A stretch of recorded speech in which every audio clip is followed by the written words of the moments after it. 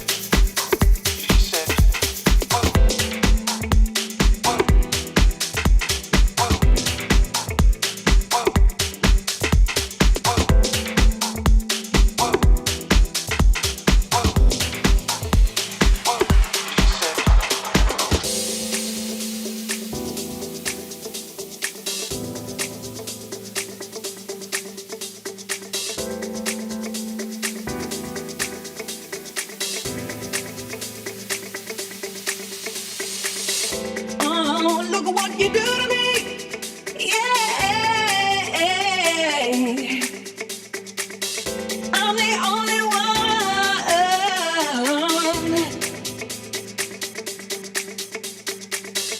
Ooh, ooh, ooh, feels so good. Never knew that love. Ooh, ooh, ooh, ooh, feels so good. Never knew that love. Oh, look what you do to me. Yeah, I'm the only one. Oh, yeah. Ooh, ooh, ooh, ooh, feels so good. Never knew that love. Ooh, ooh, ooh, ooh, feels so good. Never knew that love.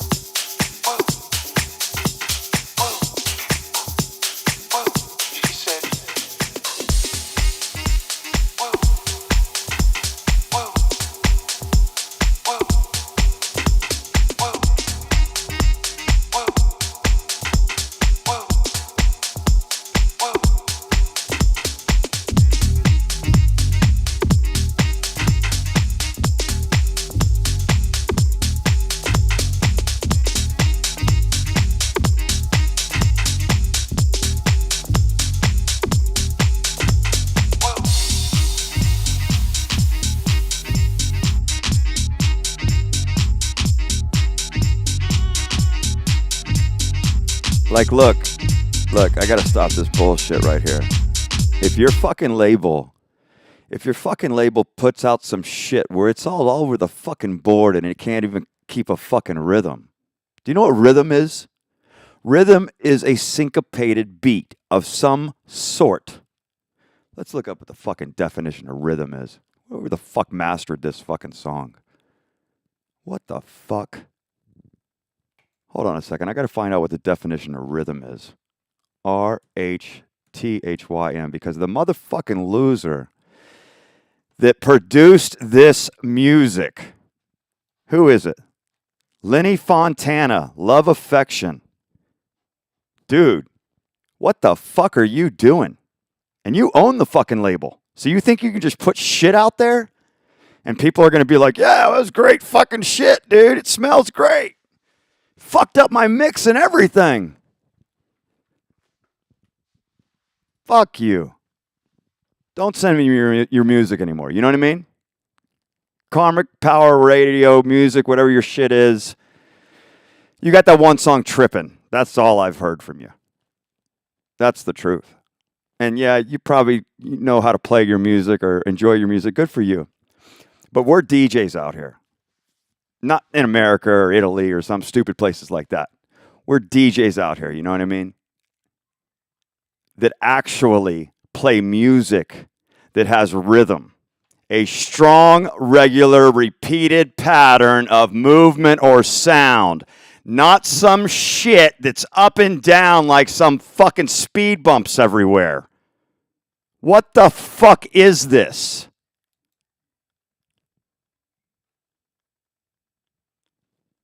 Look at the fucking one. It jumps everywhere. Look at that shit. Look at the gaps here. Look at that. What the fuck's wrong? I'm going to send you an email right now. Stop sending me your music. And I'm going to delete all your music, okay? Hope that makes you feel better. Because I'm not going to fuck around with people that are just, what the fuck, dude? How could you take machines that make music like this and de-rhythmize the music? Like, what the fuck? And I've had to spend so much time going over old fucking music. Listen, if people aren't honest with fucking people, how do you get shit done or get shit to make it better tomorrow? When I lived in China for fucking 12 years, and when I DJ'd thousands of fucking shows, when they said that's not fucking good enough, change it immediately or move out in the morning. You don't understand.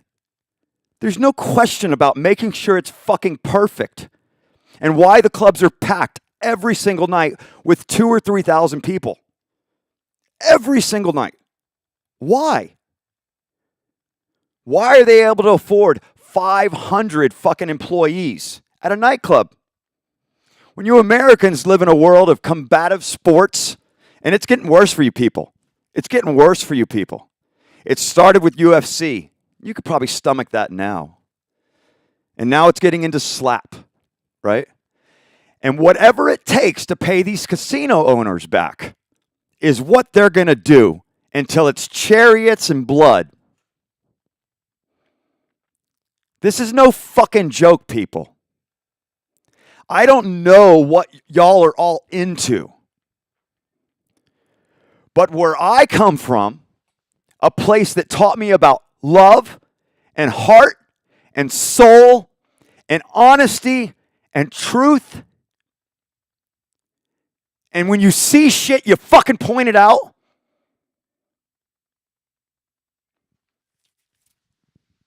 That's where I've been living for the past 12 years in China.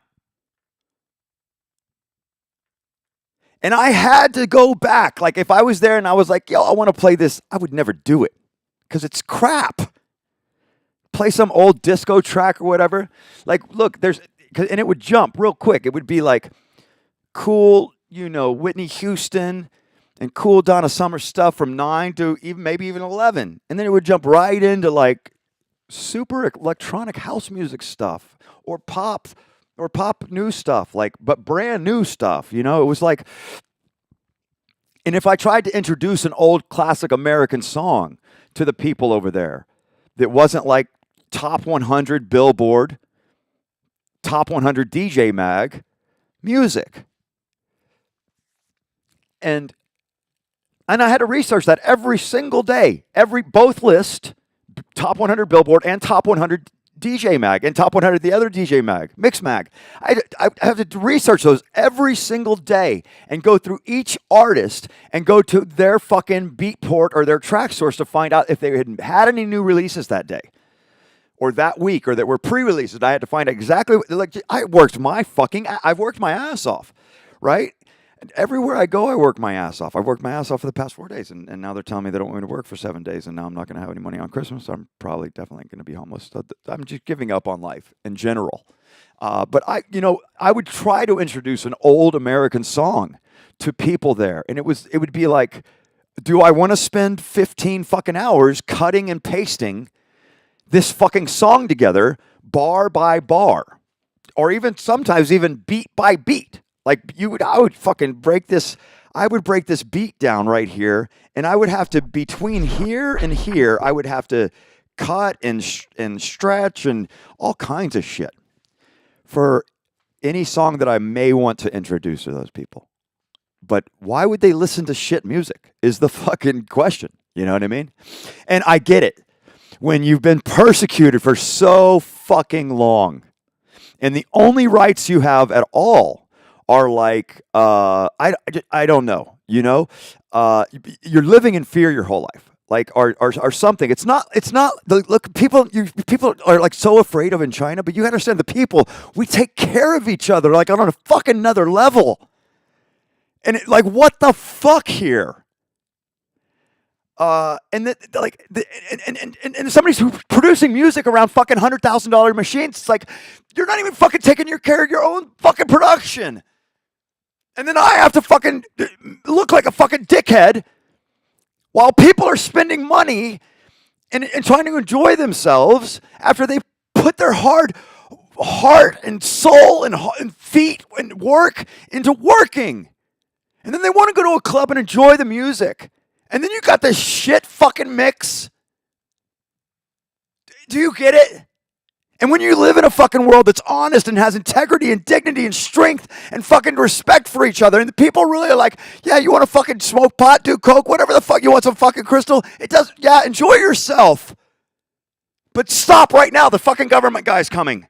Do you understand? Like, I don't get it. But me, after working 13 hours yesterday, and then working 11 hours today, they say we don't need to book, you're not scheduled for the next 7 days. The week before fucking Christmas, I'm pissed today. And then I play this fucking song, and it's fucking shit. And I'm sending this fucking I'm just sending this guy right now an email to remove me from your fucking mailing list. Mr. New York City, Lenny Fontana, right? Or wherever you go. You're probably rich enough to come find me or whatever. Please don't. I want nothing to do with your music or anything you do.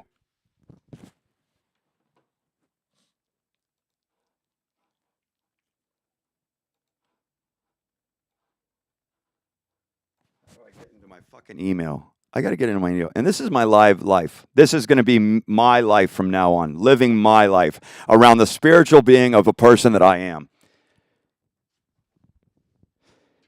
And to be a spiritual being person, you have to fucking have respect and dignity for what you make, people.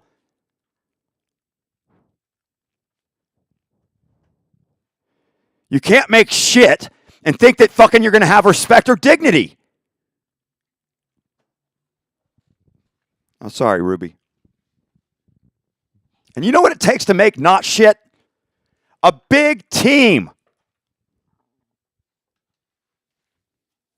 A big fucking team it takes to make not shit. But for somebody that I know has access to big machines, this is absolutely unacceptable. I'm done. I won't say it again. And I'm sending an email right now. You don't even know what I'm talking about. I'm talking to myself. I'm dead to my fucking self anyways. How do I do this? Karmic power. I'll search for a fucking thing and reply. That's what I'll do. Fuck this bullshit. Karmic Power promotion. Yes, please. No, not new message. Reply to this fucking message. I'm fucking pissed. That's a bullshit fucking mix. I had to stop the fucking music and look at what the fuck. Why is the fucking grid dragging like that? Unsubscribe. Unsubscribe from mailing list. Fuck yes. Well, thank God. Thank God it's that fucking easy. I'm going to go into every one of these fucking emails, and where it allows me to unsubscribe, I'm unsubscribing. Okay, hopefully I'm unsubscribed now. Hopefully I won't get another email from that company. Let me go into the downloads folder, and because everything I had collected over the last like 6 months or something like that, I had put all in one folder. Let me delete this really quick, move to trash, delete it out of the trash, empty the trash, and I'm going to start DJing again. So, and as embarrassing as this is, humiliation is a great key to honesty. So I really don't give a fuck. All right. So, I'm get back into the mix. Oh yeah, I can't use that playlist anymore. I deleted all these fucking songs. They're all gone. Yeah, this won't song. Oh, that still plays? Interesting. Oh, because it's loaded. That's why it still plays. Anyways, now all this shit's gone. It will not play anymore. Okie dokie. So delete this playlist. Delete playlist. Yes, delete from collection. Well, it's already deleted. Well, it's going to say that it's there, but I do that at one time later on, because what'll happen is like I'll go to the collection, and like it's showing. I can't do it right now because I don't have some things plugged into it. But when everything is the way I have it set up, so that I can see what I have and what I don't have, I'll catch those at that time and be able to delete them. But they're still in my collection right now. As part of this, but it's showing like this, if I were to find this. Anyways, sorry. I don't know if anybody's watching or not. If you are watching, I'm very sorry. I'm having a very fucking rough day. Yesterday I had an 11-hour day, and today yesterday I had a 13-hour day working in the casino. Just fucking working nonstop. And standing, working nonstop, having to run around getting people to sign up to use the app, and it was supposed to be good money, and I worked my ass off yesterday, and then I worked my ass off today for 11 hours, and they're like, you're not working for the next 7 days, and I'm like, I came home, I had stopped smoking weed for the past like 5 days actually, and I was just gonna stop smoking weed and keep working. I thought I was gonna have good days. I don't have any more weed anyways, and I don't have money. So, but the bowl was loaded, ironically, when I got home, and because I'd been sitting there loaded for 5 days. So, let's get back into the mix. And Lenny Fontana, I'm very sorry. I do apologize. I hope you accept my apology. If you were to ever see this video, but your music is an insult to rhythm. Okay? Have a good day.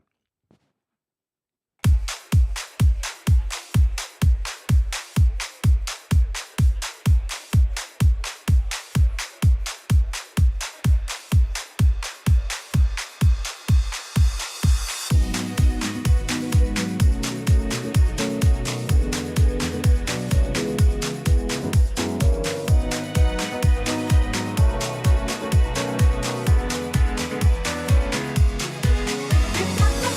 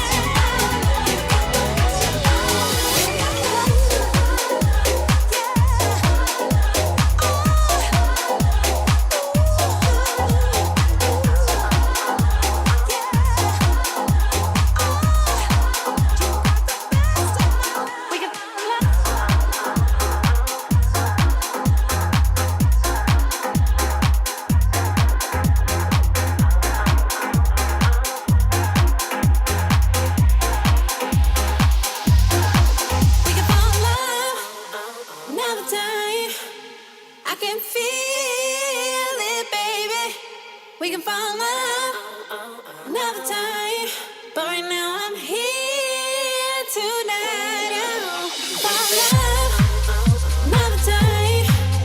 I can feel it, baby. We can fall in love another time, but right now I'm here tonight. Oh, baby.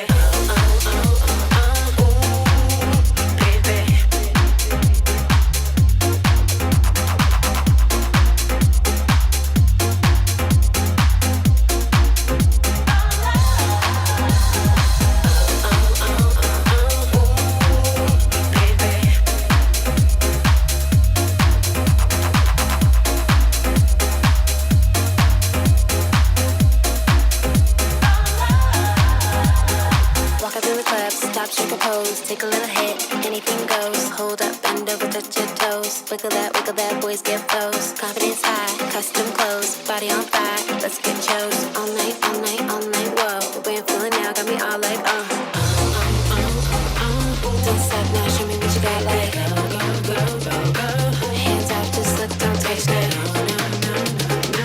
You should know you really got me feeling like, we can fall in love another time.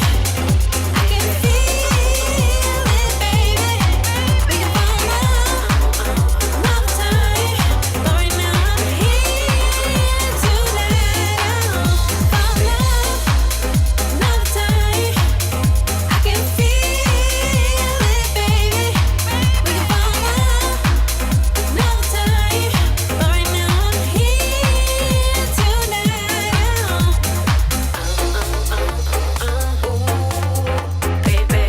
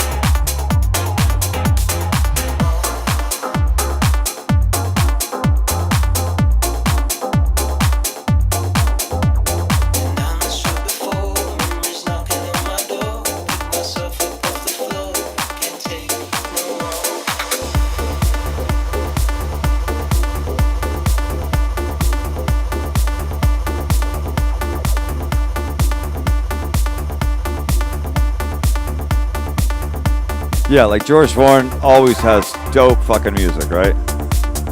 So that's wonderful. Let's enjoy this song.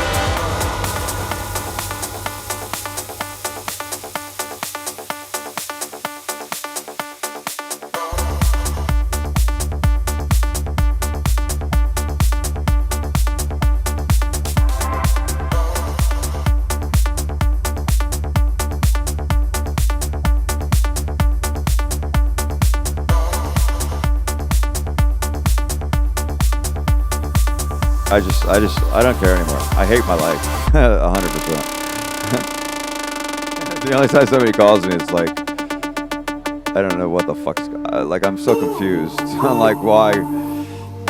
I never receive any calls, and when people do call me, it's just like, what the that's why I'm being called. Well, at least I was able to help these people out at MGM Bet. I was working for this, where's my shirt? Where's that stupid shirt I was wearing today? I don't fucking care. Anyways, it doesn't matter. You just fuck with these people. I'm down the street before, memories knocking on my door. Pick myself up off the floor, can't take no more. My patience has been tried, something that I can't deny. Take the lows, then come the highs, I still survive. You and I don't make no sense. It's something that I can't fight against. So everybody come on.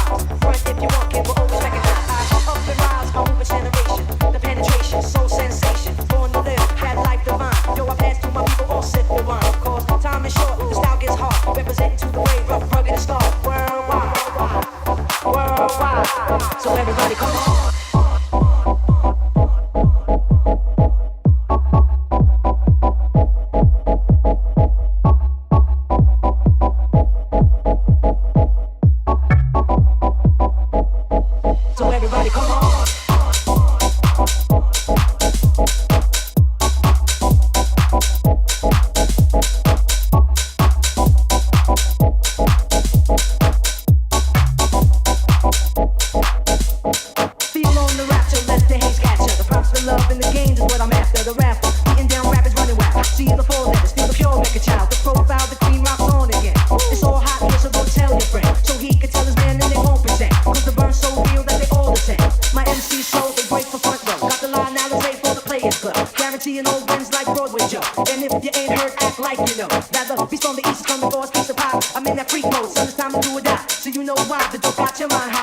Stay fly, what you come about to get by.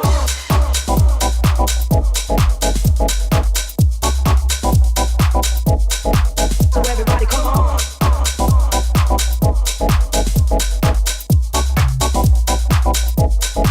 So everybody come on.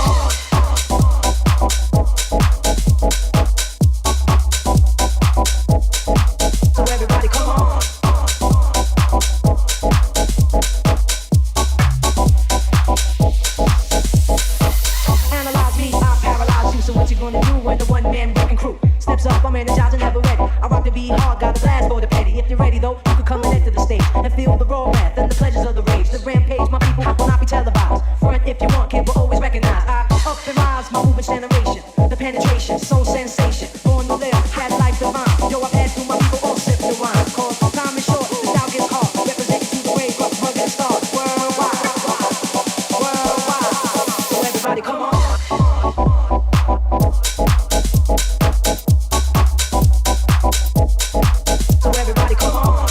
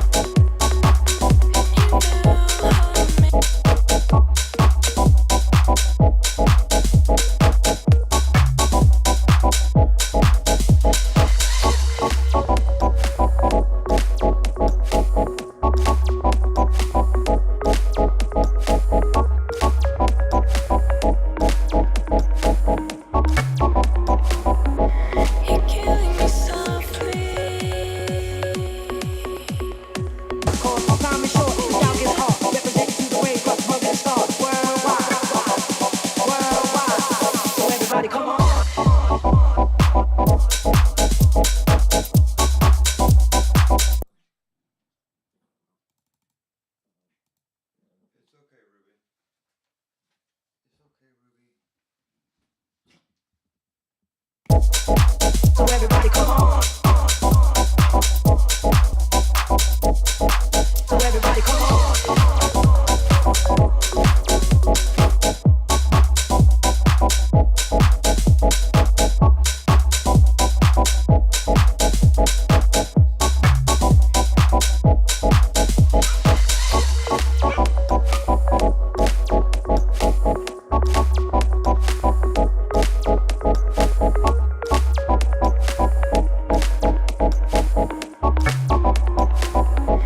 You're killing me softly.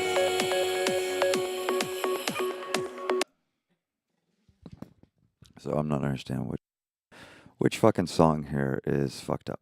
So yeah, let's look at that. Let's look at that bar. It's like a bar like this is even good enough. It's right, spot on. Is it not? Am I being blind? No, I'm fucking blind. That's the problem. It's supposed to be like right there. That's it. Okay, so let's try this again. And what about this one? This one's all weird too. When's the kick come in? Let's try this hard kick here. God, I'm so grossed out by how uncooperative and unfriendly people are. It's pretty bad here. All right.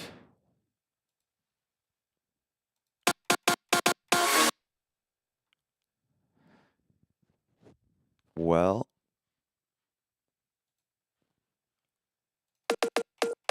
that should be right. It's just a totally like this is like a floppy bouncy beat, and this one is like totally tight. So what? I don't know. Shouldn't be having this problem in this folder.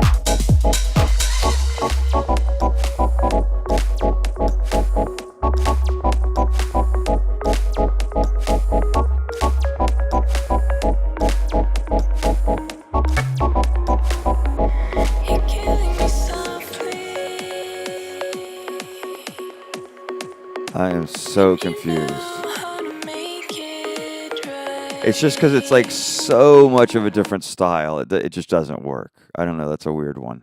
But they're both on beat. So like I would like that would be a bad mix. Like no matter what. So like, but that Young World would just like. See, I just haven't organized these playlists yet. I haven't had any time. It's been horrible. United States is in a recession, so you have to work your ass off, and everything is like super inflation in a recession. And you have, and it's like, and people are not. Do you see it on the streets when people are driving around? They're like like there's pushing people around while they're driving. You know, like I don't know. It's like road rage kind of driving styles or something, and they're just pulling right in front, like on the high, like just being rude drivers. I think, and it's just kind of bad how we treat each other here in the United States, and it's bad.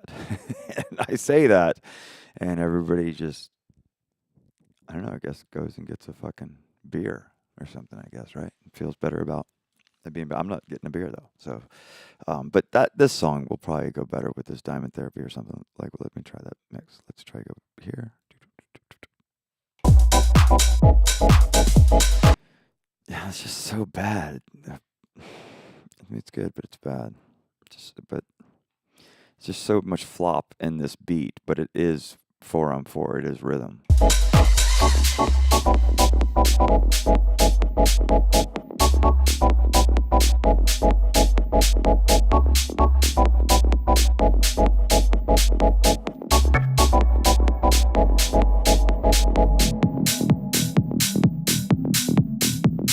Yeah, so it would take me like that's why I say like when I say like if I'm gonna actually put like a real playlist together where it's like dope and it takes me like 60 hours.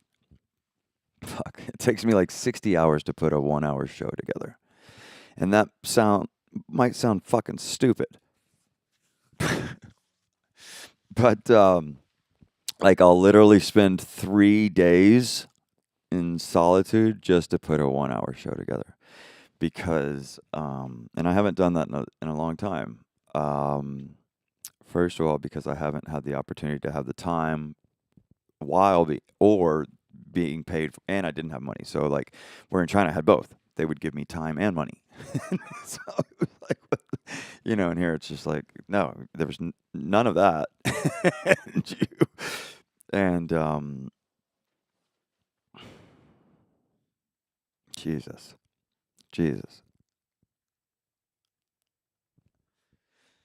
Terrible.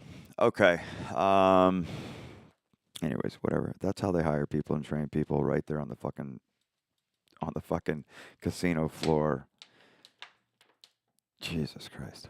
Wow, fucking terrible. Anyways,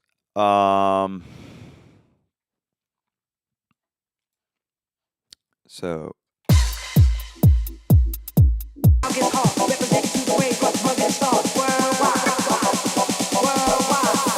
Everybody come on.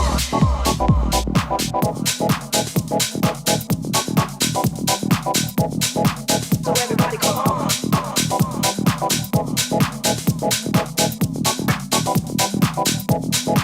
So everybody come on.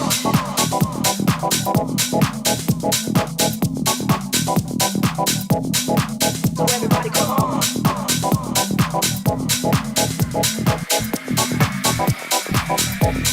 So everybody come on. Give me that. She said she could throw it back. Make a nigga have to double back.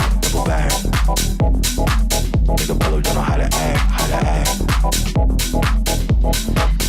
Watch me drift. The wrist is hieroglyph. Diamond therapy. Carrot clarity. Oh, you thought it was a myth. Well, commas do exist. I got gold dependency. I need diamond therapy.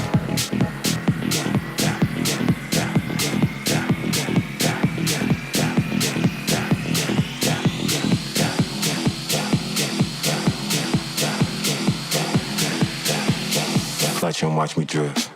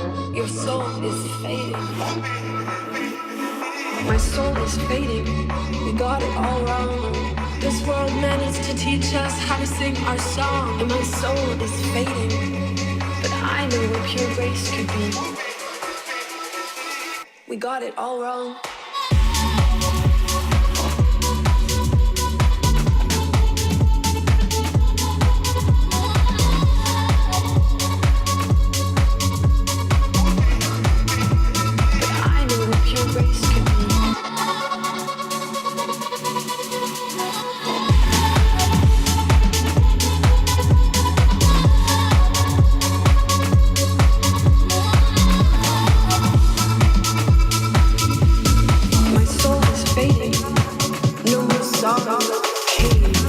We could build a brighter tomorrow. My soul is fading. We got it all wrong. We traded our souls for pleasures that don't belong.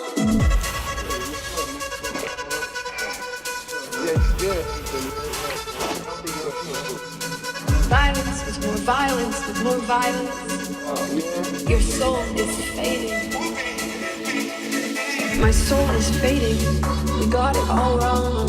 This world managed to teach us how to sing our song, and my soul is fading.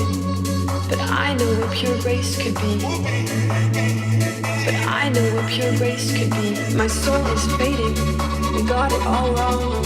This world managed to teach us how to sing our song, and my soul is fading. But I know what pure grace could be. But I know what pure grace could be. My soul is fading, but I know it's not too late.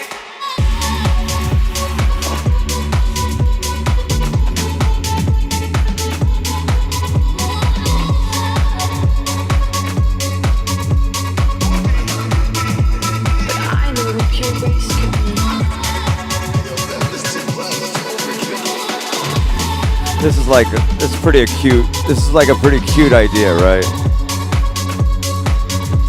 Oh, but my soul is fading, but maybe I've got it all wrong, and it's gonna be okay or something.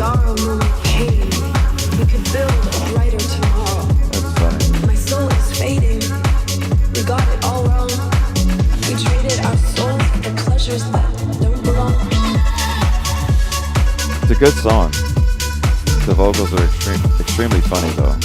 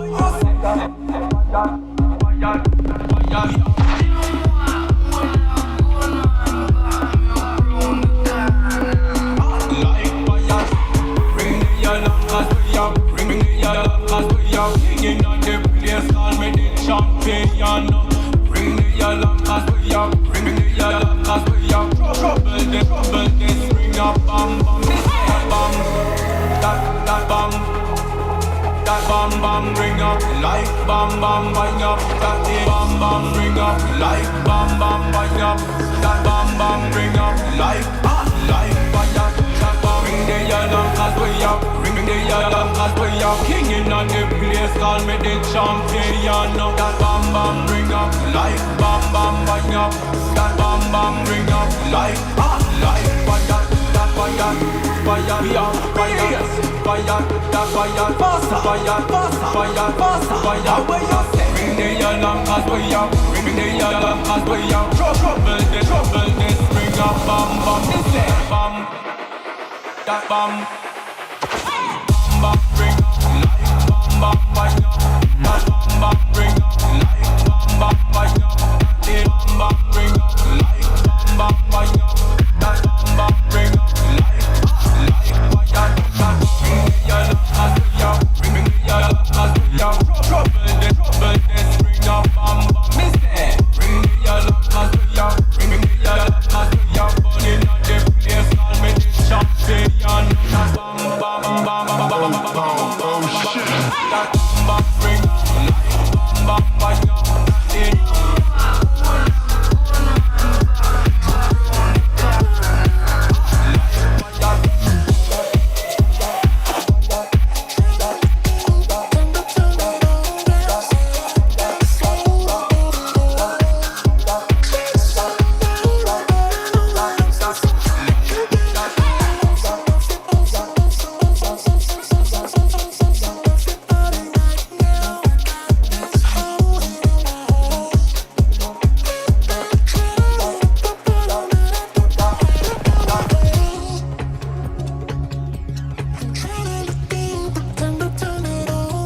You know, all I can do is pray, start to pray to myself every day. Because I'm not into necrology, and so I don't pray to dead people. And all I can do is start to pray to myself that somebody will come and find me and help me use my talents that I have, because I've given it my all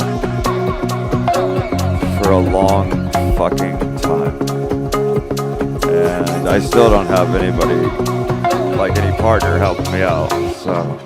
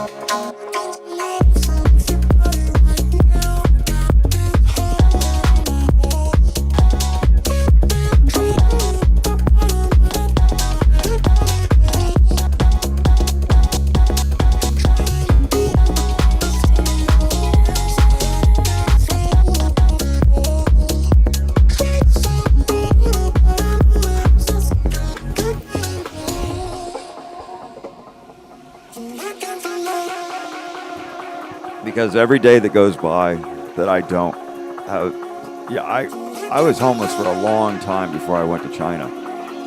And then for 12 years, I had a wonderful life. A wonderful life for so many places. And then I was able to start traveling the world. And I've come back here and it's just fuck.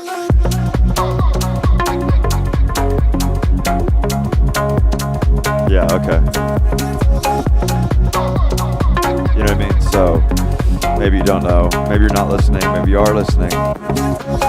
But there's not very friendly people here. And I'm like, my heart can't take it. You know, it's kind of the deal. And my heart can't take it enough to even want to go try to make money or do anything or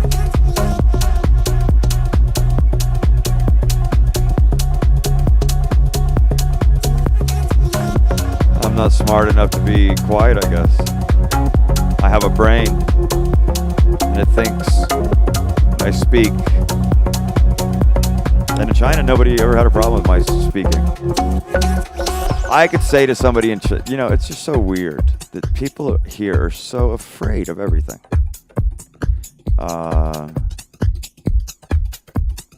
to the point where they won't even help anybody at all. You wouldn't help your fucking neighbors. No way.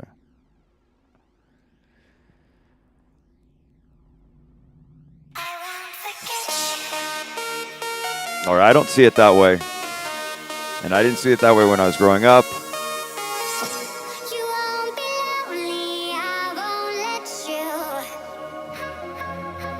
So, you know, enjoy your fucking neighbors, you know what I mean? Because I would, but this is a horrible place we live. And nobody has, like, it's just I don't know. These neighbors are just shitty to each other here.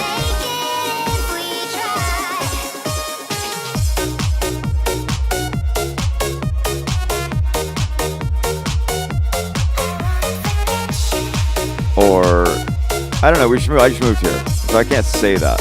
Like, after like 3 years, I could maybe say, it's been 3 years, my neighbors are shitty. So I can't really say that right now. We've only been here like 2 weeks. But just neighborness in general is what I'm saying in America. And the way people treat neighbors in general here is just really bad, in my experience. It's not harmonious. It's not empowering. And that's like for 12 years in China, that's what I had every day, with every experience, with every corner I turned. It was like, oh, cool. Oh, nice.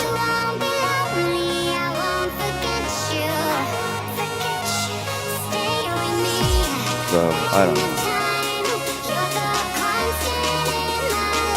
know. It's gonna be a bad winter for me. I know that for sure. So, cheers.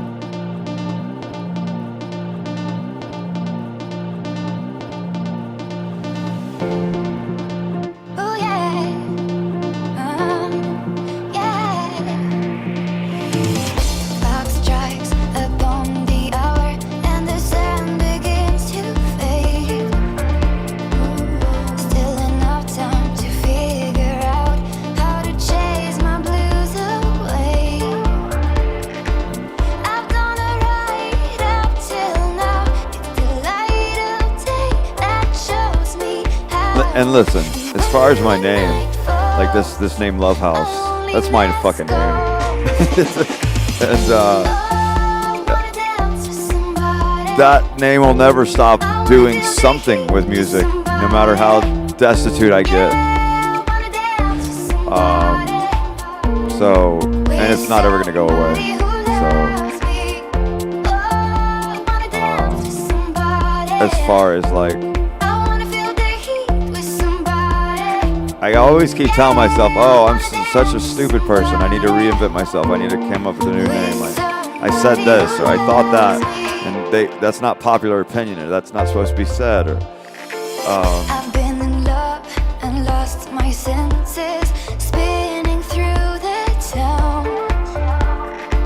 Sooner or later, the fever ends, and I wind up feeling down.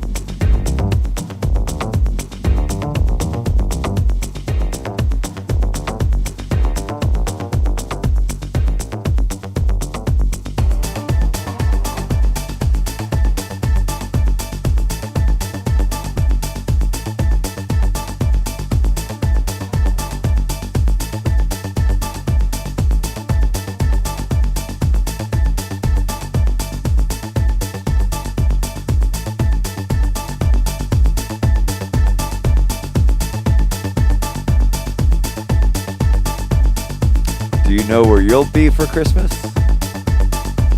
You've got 15 days to figure it out, I guess.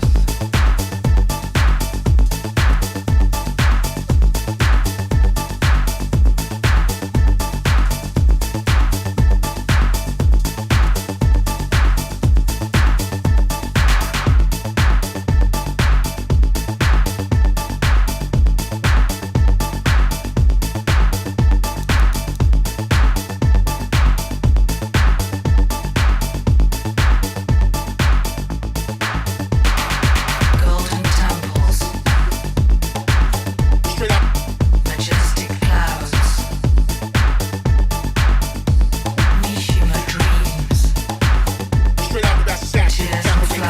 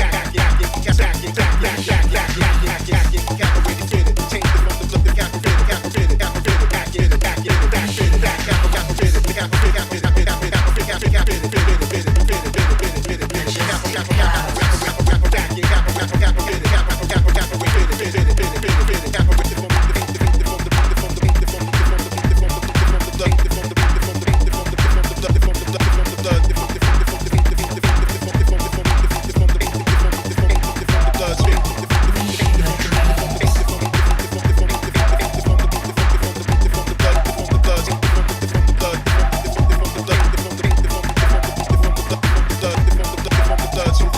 glowing in dust, jewels of despise.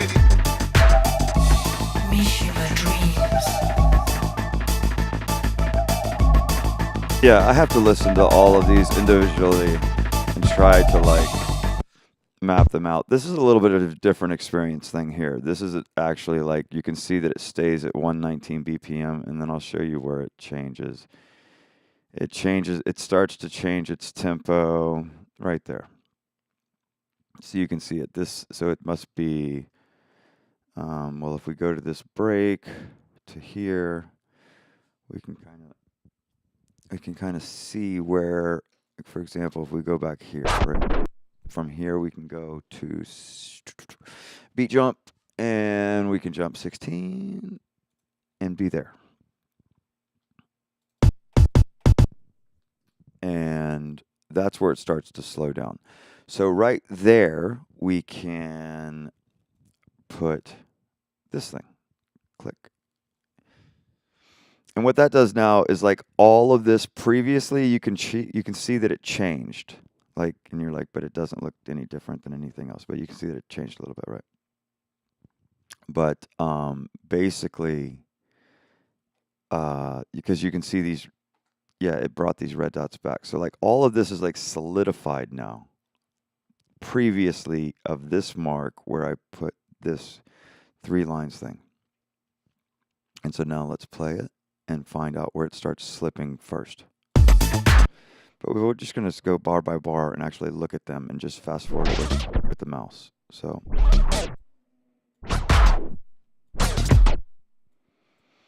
it doesn't look like it's right there exactly that it starts slipping. So we'll just like go up a little further until we see the first one. We don't want to waste a ton of time, right? So it's not really yet, not there yet. This is where it starts slipping. Oh, where's the first one? What's the first bar of the slip? Like even this one is still on. Like that's pretty damn on, right? And then this next one, it's off, right? So, but what I want to get to is I know up until this point, which is like, here, let's just turn it to 1 deck. We can even turn it to just export mode, right? I'll switch over to export mode. And basically, oh, for fuck's sakes, performance mode. Let's switch back to performance mode because what happened is it's in track 2, right? So whatever, I don't need to go to, I never use the other mode anyways. But what I want to find out is what is the BPM right here, right? So let's find this out.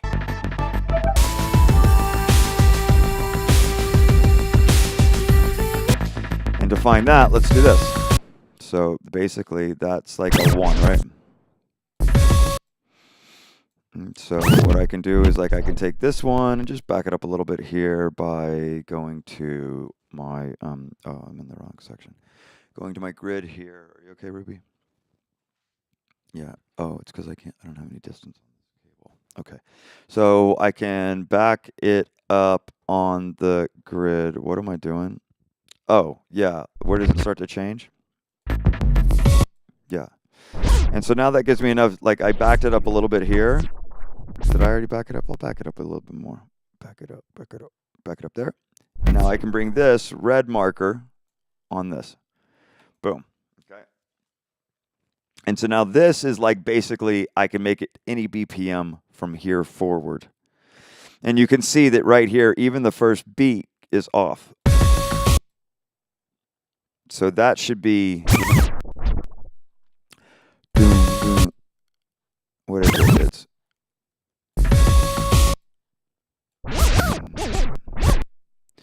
so let's just move this over here. We don't move it here. It's just been a little while since I've done this or had money or time to do it. So we're gonna, this is on a 1. You see that? That red thing is on the 1, right? But this one is not. And the BPM right now is 119. So if I press this little button right here, it's gonna start to move over to the right and that BPM is gonna change. And that BPM changes to 107, right? You see that? Now it's 106, 104. That's this button right here. And so what that's doing is you see everything here is still solid. So it's still solid on the left-hand side. But I'm now stretching this this to find out what the BPM is. And so that looks pretty good. Let's go to the next bar. That looks pretty okay. No, I don't like that. We'll go. But basically, it's 100 BPMs. It's not going to be 100.17. So I already know. Just get rid of the 17. Fucking, it's 100. The BPM is 100 BPMs, and that looks like right on.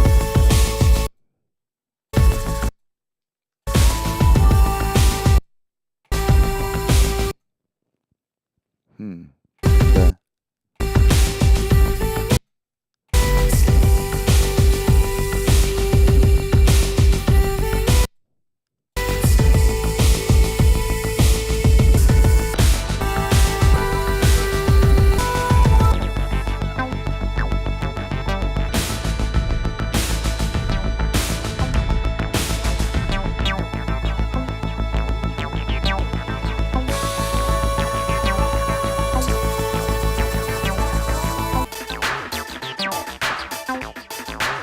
There. They did it in such a bad way. The production house on this did it in such a bad way. I can hear the dithering. So basically, that's the first fuck up right there. And I'm going to, and I don't want to see this shit right now. So get rid of that. But that's the first fuck up right there. So I'm going to go again to this one right here. Boom. And it's going to bring it back and make it a red marker. Or no, it doesn't. No, it doesn't make it a red marker because it's not a red marker. It only makes it a red marker if I make it a red marker.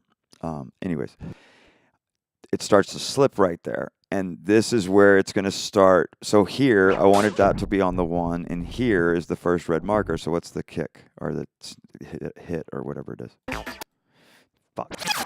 Okay, so let's go to the next one. So basically, I'll shrink it from here. And that's good enough for me. And from that, I can start to... So basically, I know in this blue section, I won't mix. I could sit here for 10 minutes and put it together so that I could have a fucking vocal mixed perfectly tight on it while it's building or dropping or whatever. If I need to do that, I'll do that. I would test the track first to see if it was even whatever. Anyways... This is going to start jumping drastically. So let's figure this out. Yeah, and so bring that back here. Where's the 1? Hold on a second. Where's the 1 and how much do I need? So basically, this is the 1, right? And I need one of these red markers to be on this 1. And so this is slipping starting around here. You can see it. That's my 1. You see all these? These are like dots, so it shows me that these are all locked in place already. Forward up here, These are on the new one. And so it starts slipping drastically really quickly.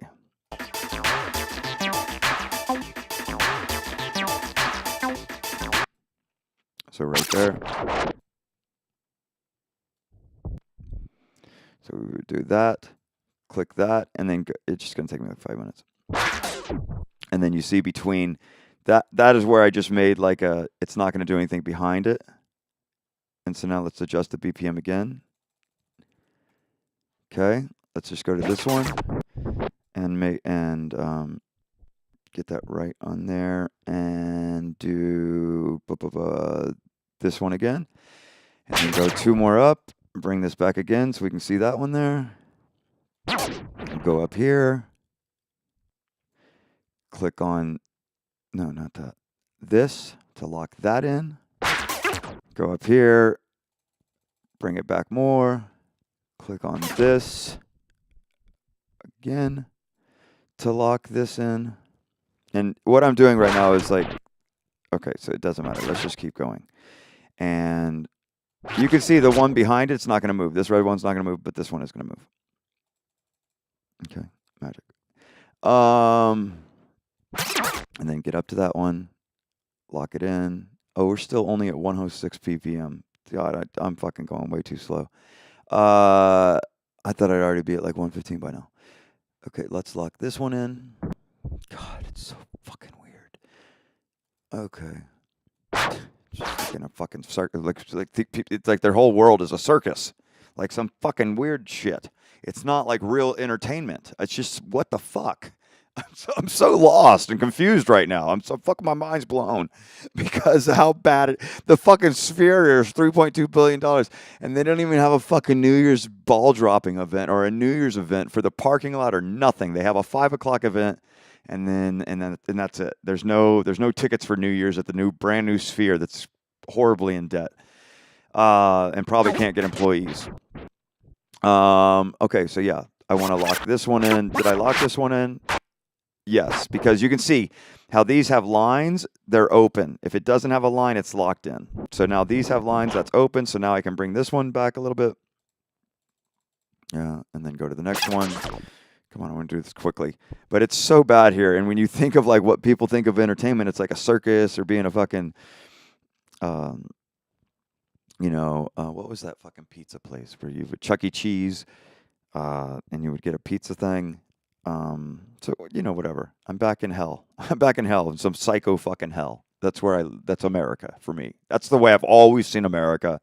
And then I left and I went to China and it wasn't psycho fucking hell. It was like nice people, cool shit, fucking great people, wonderful, always talking about my health, asking me about my health, contacting me, concerned about me, just random people, just over the top, like very different, and not just singling. It wasn't just, they were doing that because that person, whatever. It's like, that's how they treat themselves as well. It's like, so and then I come back to this, like a fucking circus or something. And it's like a fucking mockery of fucking life. And like, what the fuck am I fucking in here in America and in the worlds that is like this here, where it's like, entertainment is not some fucking circus. It seems like the only entertainment you even have in Las Vegas, it's all cirque. And it just different shows of cirque. It's a fucking circus. Like, what the fuck? Do you think when you sell this circus that people are going home and they're buying a new publishing that you're doing once a week? Fuck no. And so it's just a mockery of artwork. And it's so fucking cringy. You people don't understand what you're fucking involved in because you think that you've become successful or something. But it's just a fucking circus here. That's it. And fucking magicians making your shit disappear. What other kind of entertainment do you have? You got the guy selling the fucking snake oil juice in the wagon with the horse. It's a fucking circus here. And like to think that the big show is a fucking circus. And if you've not lived in a place that's not a fucking circus, maybe you would know this is a fucking circus. of fucking hell. It's not enjoyable. And maybe you go out one night, or you go out multiple nights, you go out every night. I mean, for years and years and years, I went out every fucking night. I had to. Any night I didn't go out and work, I was fired immediately. Because you have to work every single night. But for years and years, I've gone out so much. That's not the point. It's like, here in America, I've gone out and they're like, "What are you doing trying to introduce yourself as a DJ or not have a like entourage or people with you?" And it's like, yeah, like there are. It doesn't being in the entertainment industry in America doesn't just have to be about sucking dick or selling drugs, and that's what it's about. It's fucked up here. It's fucked up. Like, I don't know any fucking group or area where DJs are like, "Hey, I'm available. Yeah, and you're going to have a phone call." Like, I don't fucking know nothing. It's bad here, yo. It's fucking horrible. The way y'all communicate with each other. And that's across the board for all Western countries that speak this fucking language that I speak.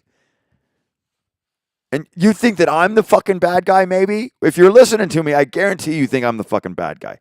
That's for sure. I'm not into necrology. That is the study of dead people. That is the appreciation of somebody that's dead. That's thinking about dead people. Thinking about somebody that has deceased and that was once living. That is necrology. I'm not into that shit. I'm not into a fucking circus. I'm not into a fucking magic show. I like love and connection and connectivity and human bonding and experience and pushing abilities. And you don't get to pushing abilities by just fucking not saying anything when somebody's like being a fuck up. And not just being like, "Hey, I'm your friend to be here because you're being a fuck up, and can I help you not be a fuck up? Or how come, let's be whatever, you know what I mean? Because I'm being a total fuck up right now. But I have no friends here. It's horrible here. And if I go outside, it's a fucking circus." They had the fucking Vikings versus the Raiders today. I'm not a sports person, but I had to say it a million fucking times today that I fucking remember those two words, and I just had to think in my brain, what were those two words I said a million times today? It was Vikings and Raiders. I don't give a fuck who any of those losers fucking play or don't play. It's a horrible system of slavery, and it has been for thousands of years, since the first Colosseum. You can't fill a Colosseum with artists. Maybe I could. But Taylor Swift, are you selling out stadiums? Jay-Z, are you selling out stadiums? Let's go bigger than that. What's Mariah Carey? Are you selling out entire full capacity stadiums and coliseums? Maybe coliseums? Maybe amphitheaters? Sure. Stadiums? Don't fuck around. In a little amphitheater that holds, 3,000 people? Or what does the amphitheaters here hold? 5,000 at most? They have better. I've done so much fucking huge shows in China. From amphitheaters to street festivals, 30,000 people, New Year's. What the fuck? For Anchor Beer, for fucking Budweiser, for all kinds of huge deals. And so at any time, any DJ is like, "Yeah, I'm a DJ and I have music and I'm available." There's so many networks of groups that are like, come in here and there's jobs everywhere for people. These are jobs for DJs. These are jobs for go-go dancers. These are jobs for singers. You have none of that here. It's just a fucking mockery of deaf, mute, fucking circus clowns that fucking are scared of each other. Welcome to America. Hey, and we got Christmas coming up. Let's celebrate a dead guy. Come on. Let's fucking talk about how we love the memories of this dead person and talk about how this dead person is going to save us and how this dead person is going to help us and how we love this dead person and how we want to bring this dead person back into our lives. What the fuck is going on in this fucking circus? I am a religious person. I am faithful. I am a devoted person to fucking humans, to human beings. And your churches are fucking empty. Why? Because you're fucking two-faced. How the fuck can you sell something to be faithful about when you're selling institutions and buildings that are empty? You're controlling land, and they're all being used for AA and NA and all these narcotics and alcoholics abuse and meetings that they're having. That's what your churches are being used for in America. Not for people to go and celebrate and sing together and love each other. It's just some fucked up thing here. And if you go to a church, it's some fucking rock band fucking thing. They all got brand new sneakers on and, you know, they play the part. Good. That's what I was taught to do in China as well. Play the fucking stage part. Buy sneakers, fucking shirt, hat, sunglasses, and two cool pairs of jeans that you could, you know, flip-flop around. But it's like brand new sneakers, brand new shirts, always, you know? And it's like, I get that. You see that on every fucking stage in every church right now that's packed because people want to have a good time. But there are no fucking entertainment venues in this country that are worth a shit at all, in my opinion. And there's no resource of entertainers to fucking find out how to operate in those venues. Or it's just invisible to me or something. And then I go to a foreign country in China where I don't even fucking speak the language. I can't read a fucking word at all. And there's just massive opportunity for everybody from around the world that goes there. And then I come back to America. It's a fucking recession. It's horrible. Fucking dead people, drug addicts everywhere. And then I try to get entertainment jobs. It's like, email this person. And what the fuck do you mean email? Not even come in or here, let's meet the other DJ or this and that. It's just like people are so like, oh yeah, I know a guy that knows a guy that fucking knows a guy that might know a guy. What the fuck? It's fucking gross here. And I'm dead. I'm dead. I'm absolutely fucking dead. I'm absolutely fucking dead. Because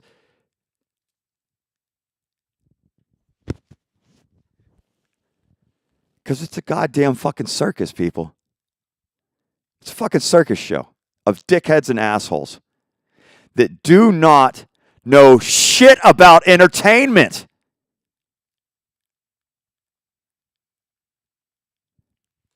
Look, I wasn't just an executive director for the 7-star 7-diamond Yalong Bay, China MGM. I wasn't just an executive director living in the presidential suite with $1,000 per day per diem.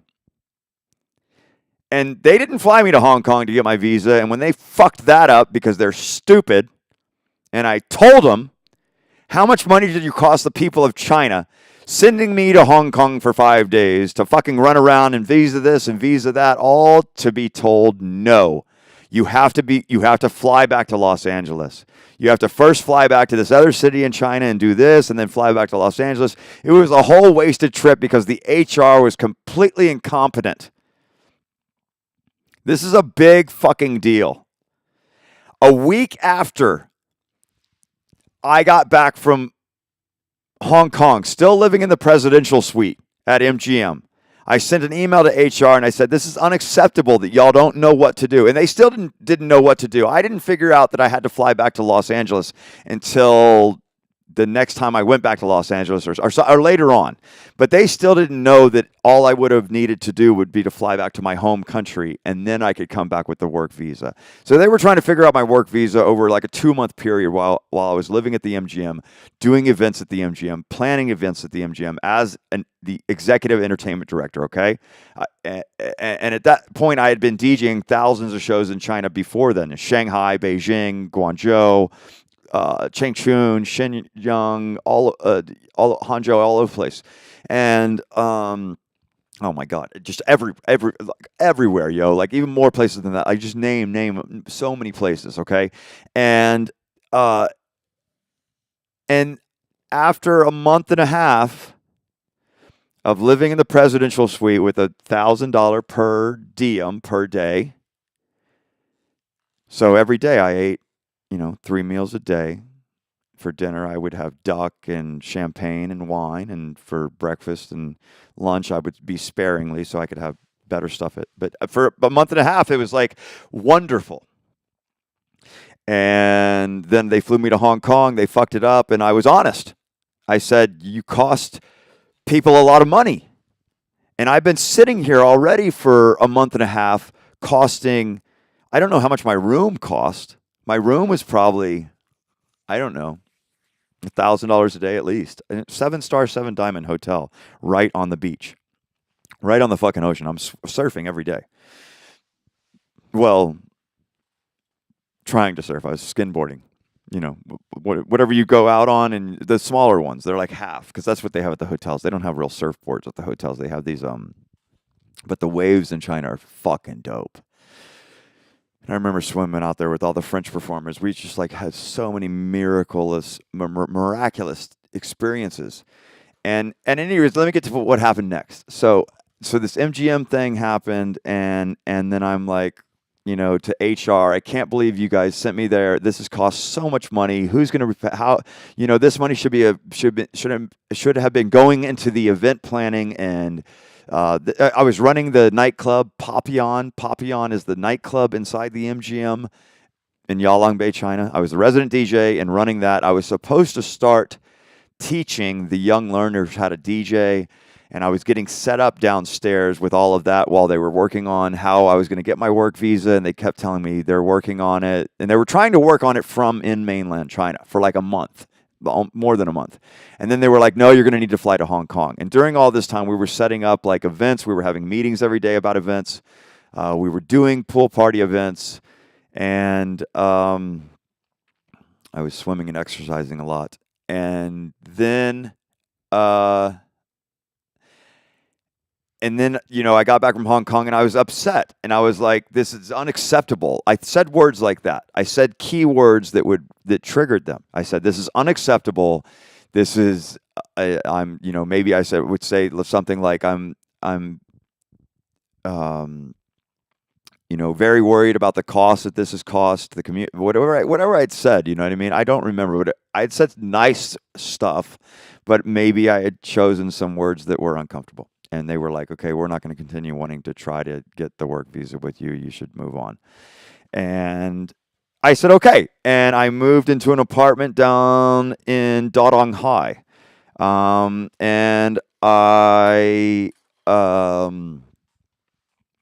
And during the first week, I'm like, I got to find a new job, right? And so I was DJing at some spots there in Sanya.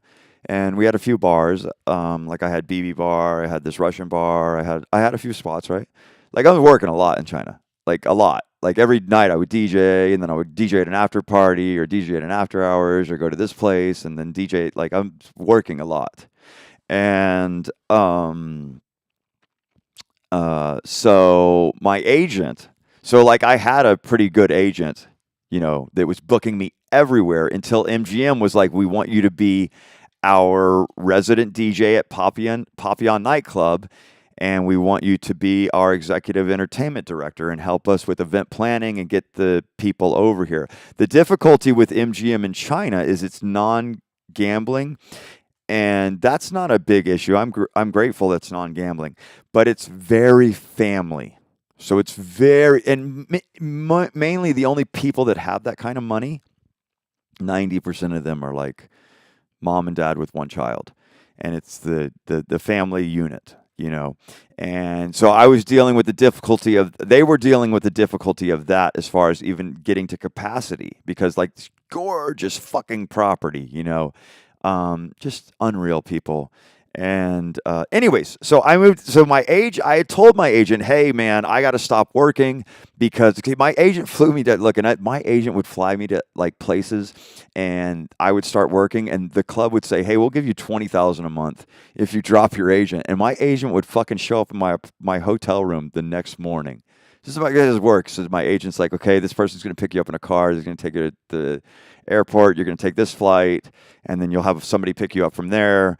And so it's just like very, very fast. So I just went everywhere, whatever, you know. My agent would show up in my hotel the next morning, you know, and he's like, and then when you land there, they'll have a driver pick you up. They'll take you directly to the hotel.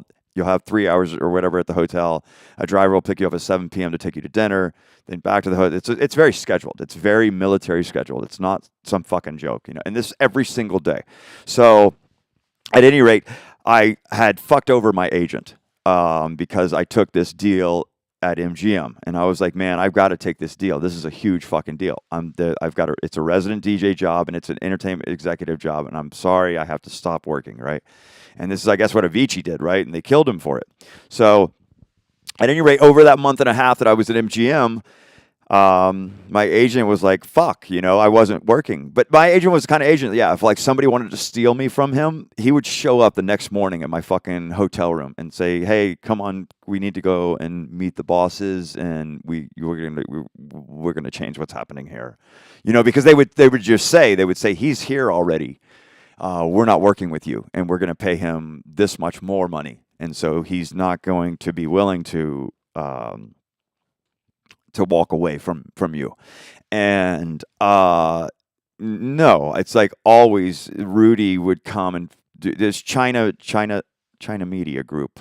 I work with China, like, you know, I'm the so at any rate, it was my agency was China Media Group, and I had a great agent, and I took the job at MGM, and I quit working with MGM because of, you know, some unchoice words that I used. And you have to be very, very kind with when you speak to Chinese people. You have to be very, very kind. You can't be this, hey, like it's good enough to it's okay to say that was not good, change it, clean your house, blah blah blah, fix that immediately. But it's different how an American says things like that are unkind, just to be unkind, like a circus. It's not like that light bulb needs to be fixed that way, and there's an actual way to do it. It's just like, I don't know. So I used some words that weren't choice, I guess, you know, and they were like, we don't want to continue offering the opportunity. And so then I called Rudy again, you know, I called China Media again, and I said, hey, I'm available. I'd like to get back on tour. And on tour basically means, or whatever I said to them, I want to get back into working, you know. And what that basically means is like, I've got like 2 suitcases with, you know, my computers and USBs and my clothing and stuff like that. And I'm being flown everywhere. And if like a club doesn't like me after 3 days, I fly to another club. If I don't like a club, I fly to another club immediately. It's like, it's either or, you know. And if I'm like, I do like this club, I'll work until I'm tired, like maybe 45 days or 60 days, or I think the longest stint I would work would maybe be like, I don't know, 60 to 80 days or something like that.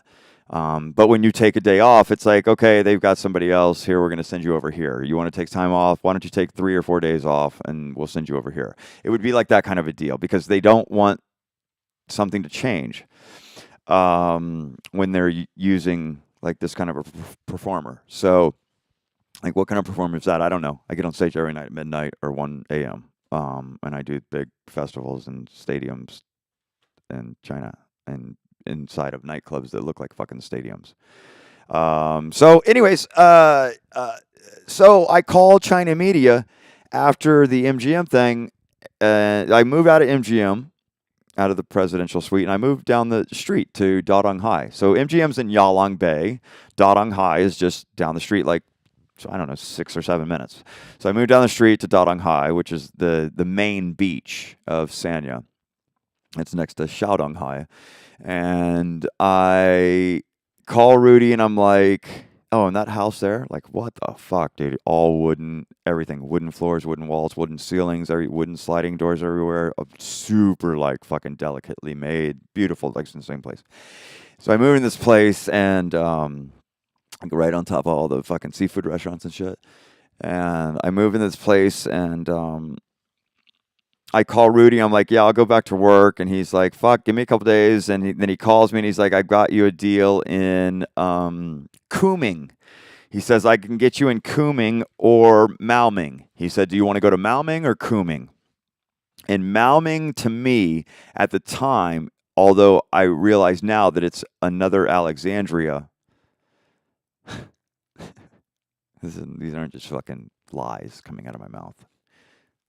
Please look up what the word Alexandria means and then get back to me. So this is like another Alexandria, right? Malming. And like a place created by Alexander the Great from Macedonia, you know? And he's like, do you want to go to Malming or Cooming? And then I look at Cooming, and at the time, Malming, like, if you don't know where Alexandrias are, is the point I'm getting to. You wouldn't know it's in Alexandria until you got there and you were like, what the fuck? How did they build this stuff? And what are all these places to go to? That's in Alexandria. And there's a few of them in China. I lived in the Sea of Van Gogh. That's a whole different artist or person or time. Come on. Gosh. Oh, gosh. So anyways, he's like, and I'm like looking up Cooming, China, and it's all like this tribal Indian, tribal Chinese, indigenous, beautiful artwork, beautiful fabrics, the most colorful stuff you've ever seen in your life. Stuff that's just like so amazing, it was to me, at least. The colors they use, their designs, it's not like what we have here. Totally different stuff. Totally different. And so then I'm like, I'll take the job in Cooming. It looks cool there, right? And so I fly to Cooming.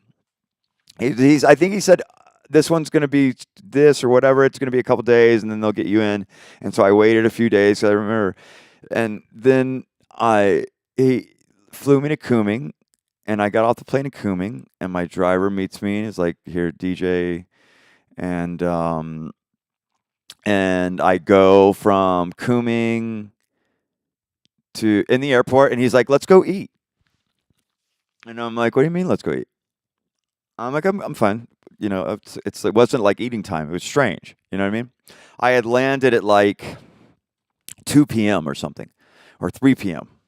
And he was like, "Let's go eat here at the airport really quick." And so that was really weird. You know, it was like, why aren't you taking me to like the best restaurant that there is, where, you know, where's the mayor eating? That's where you take me. And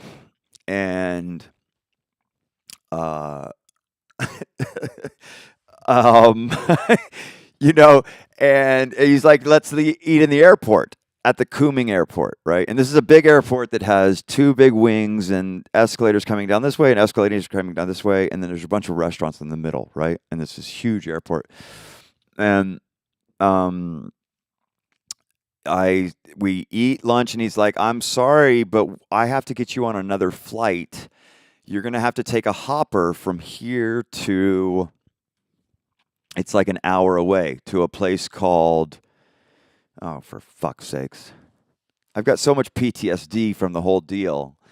And maybe you can never understand what I've seen and had to go through to get back. So at any rate, he's like, you need to get on a flight to the furthest airport you can go west, right? So the furthest you can go west towards Myanmar, towards Burma, and towards Laos and Vietnam. The furthest you can go west, airport, there's a private airport. You're gonna get on a private plane, a private jet, and fly from here to this private airport. I'll look up on a map and find out what the airport was, right? I don't remember, but I flew to that airport, and I get off the tarmac, and a Jeep picks me up, like a military, like a development Jeep. So if you know anything about living in China, when they do like, you know, a $50 billion development, there's construction workers everywhere and stuff, and it's all covered up, and you can't see anything, and all the workers live there, and it's this whole big deal, you know. And but what you do see is you see the huge trucks delivering stuff, and you see Jeeps, you know, that you know are like military developers, you know, that build these huge buildings that you'd never seen before, and like just magnificent things you have never seen before, literally anywhere ever on a picture or even thought about seeing, like magnificent things, and they build like crazy. Where was I at with that? So they, I get, oh yeah, but you see these Jeeps a lot, right? Is what I'm getting to, and they have numbers down the side of them on both sides. They're like green and brown, and they're not super. They look like civilian Jeeps, but they're like, you know, or they might be blue, like Ford truck blue or something. They look like civilian Jeeps, but they have this like primitive like spray paint numbers on the side. Like they put some stencil on the side. And that's how they all look, right? All across China. And you know, like they're doing this huge development, you're going to see those Jeeps, and those are probably government or military, you know, people that are doing that stuff, that are in those vehicles. And when they're not driving those, they're probably driving a Rolls Royce or a Mercedes Benz of some sort. Okay, so or a, you know, a Ferrari or a Lamborghini or something. A lot more than here, or a McLaren. You know what I mean? It's just like they're everywhere. And you know, when he's not driving that fucking Jeep, he's in one of those cars, right? And so these guys pick me up, two guys and two. What was that? Three guys and one girl pick me up, and I wrote the whole story. I have a lot of PTSD from what happened in all of this. And you got to understand, your human body is extremely valuable unless you're part of like some explosion or something blows up or some actual huge, you know, like a revolution of something. It's like the human body is kind of valuable, so it's not about getting hurt or being afraid of being hurt, you know what I mean, or being afraid of being like, you know, shot or something. Like it's not like that. So but at any rate, these people I get in this Jeep, and they're like, okay, we're gonna drive to the club. And I'm like, cool, right? I get off the tarmac and we start driving. It's like 5 minutes go by. I'm like, it's kind of a weird city. Where's the club at? And they're like, we'll get there. We don't speak English. And I'm like, wow, there's already a problem. Fuck.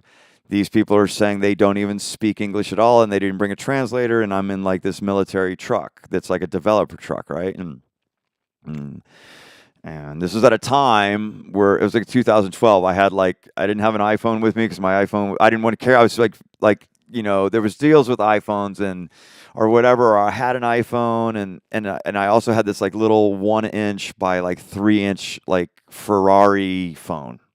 It was like a little toy Ferrari, and that's the only phone that I could get to work. And so, anyways, they drove me for about 12 hours. For 12 hours, I sat between two people. I sat in between two people in the Jeep, and they drove me for 12 hours west.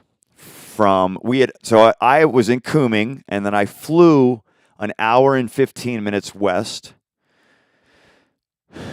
and then they drove me 12 hours west. And during the drive, the languages changed a few times.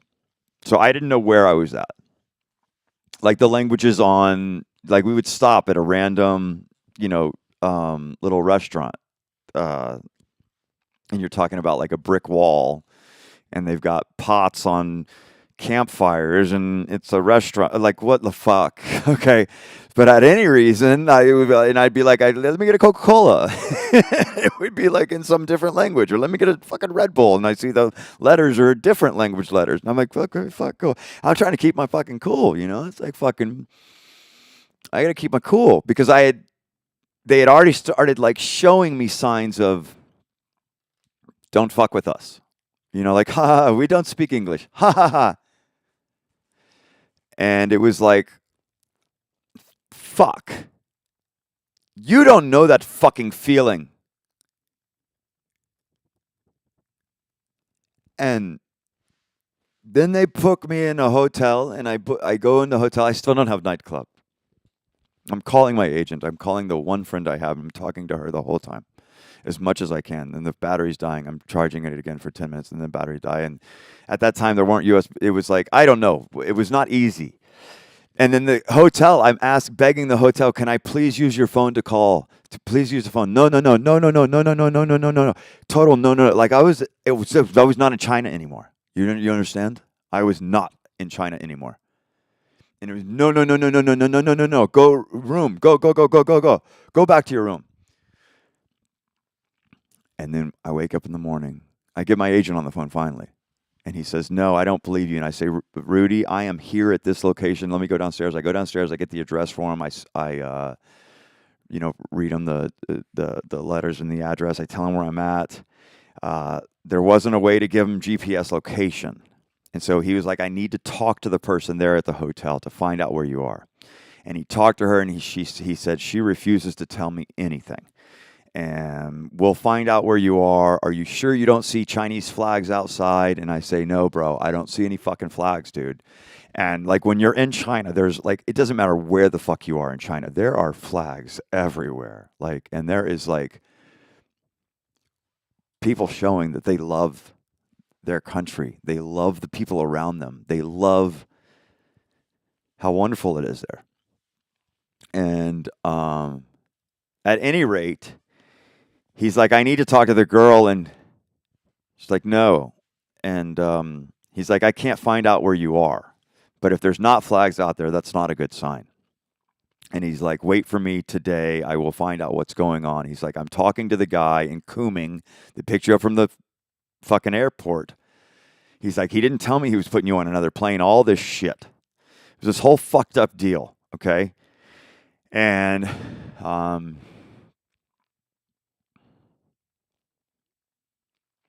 when I was at the airport, I was talking to Rudy and saying, what the fuck? And Rudy was like, I don't know. I don't know what to do about I'm not sure. These are great people. They have these big nightclubs, blah, blah, blah. Yeah, you should go. It's just the next, let me call you back. And that's why we went and had this dinner, at the airport. We went and had lunch at the airport or something at 3:00. And while we were having lunch, my agent was figuring out what's going on. Why didn't they tell him this before I went there? What's the reorganization? What the fuck happened? And at some point at lunch, he's like, okay, go ahead, man. You're going to be okay. And you just don't question anything like that ever. Come to find out, there was a recent war in Kokang, Myanmar, Kokang. And there was a recent war there where the military, because Kokang, Myanmar sells all of its animal skins like lions and tiger skins and leopard skins and jaguar skins. And they sell weapons, big fucking weapons, and drugs. Lots of fucking, it's the Golden Triangle. And they sell all of these to the North Koreans all the way across China, right? And they transport it all the way across China. And who manufactures that? The manufacturing of that is done by the local police. And so then the military will come in and want to shut the factories down. And they'll murder 50 police or 250 police in one day and say, shut the fucking factories down. We can't keep being the Golden Triangle, supplying weapons to North Korea and drugs and exploiting Chinese. Like, what they'll do is they'll kidnap Chinese and then they'll bring them there to Myanmar, to Kokang. They make them gamble. And if they don't gamble all their fucking money away, they get a shotgun right in their fucking face, right at the fucking table in the middle of the casino. And the fucking hotel. So listen. So then they wake me up in the morning, right? And I'm at the fucking hotel. And I'm like, Rudy, you got to find. He's like, I'm going to figure it out today. They say the club is there today. They're opening it. What they tell me what happened was there was a war. There was a war across. He's telling me I'm still in China. He says, no, you're still there in China. You can't see the flags because you're down a little side road thing or something. I don't remember.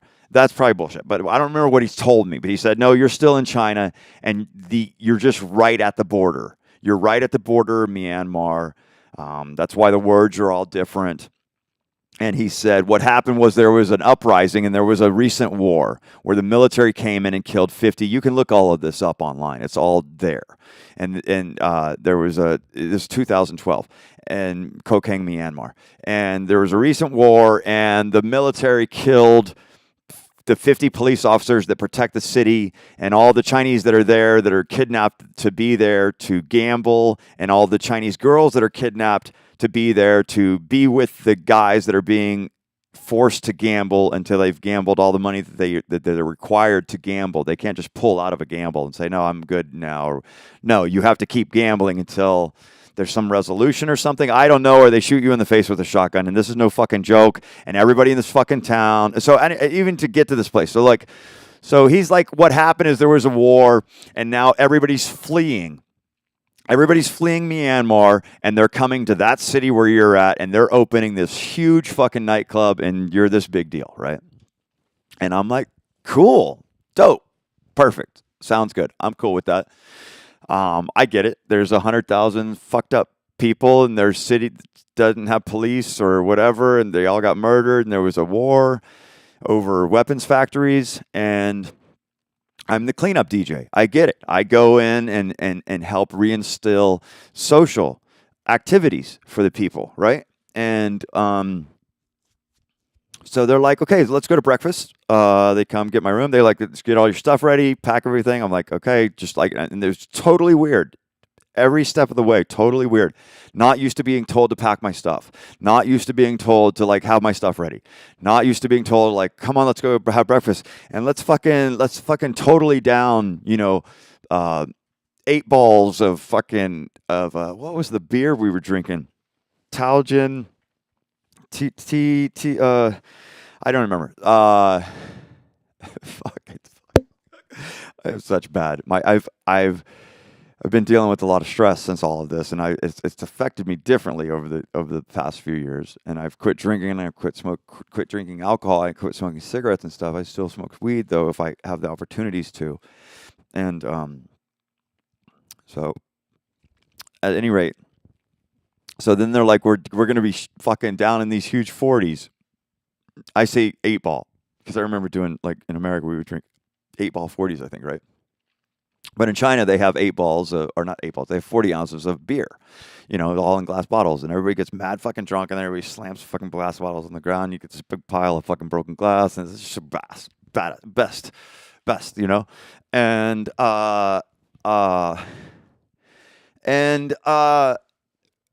they get me drunk. My agent had just told me this story, sold me this idea, and I'm like, wow, this is fucking mega deep, and I'm going to be in this like super badass nightclub. You know what I mean? Because these guys are not fucking around, and I'm right next to the fucking Golden Triangle. And I'm thinking the kind of place they're putting me is going to be just out of this world, more than that one, but more than that out of this world. And so, I'm like, yeah, I'll get drunk today. Fuck it, let's go. Your club's not going to be ready for 3 or 4 days. Is what they're talking about. They're not even going to finish the construction where I can even go and look at the club until later this evening. Like it's not even at that point yet, and it may be a couple days before they open because this isn't an immediate thing. There's a war. 100,000 people are fleeing across this. They're migrating in. They come over here, basically come to El Paso and be a DJ. There's 1 million fucking people fleeing here. Go to El Paso and be a DJ.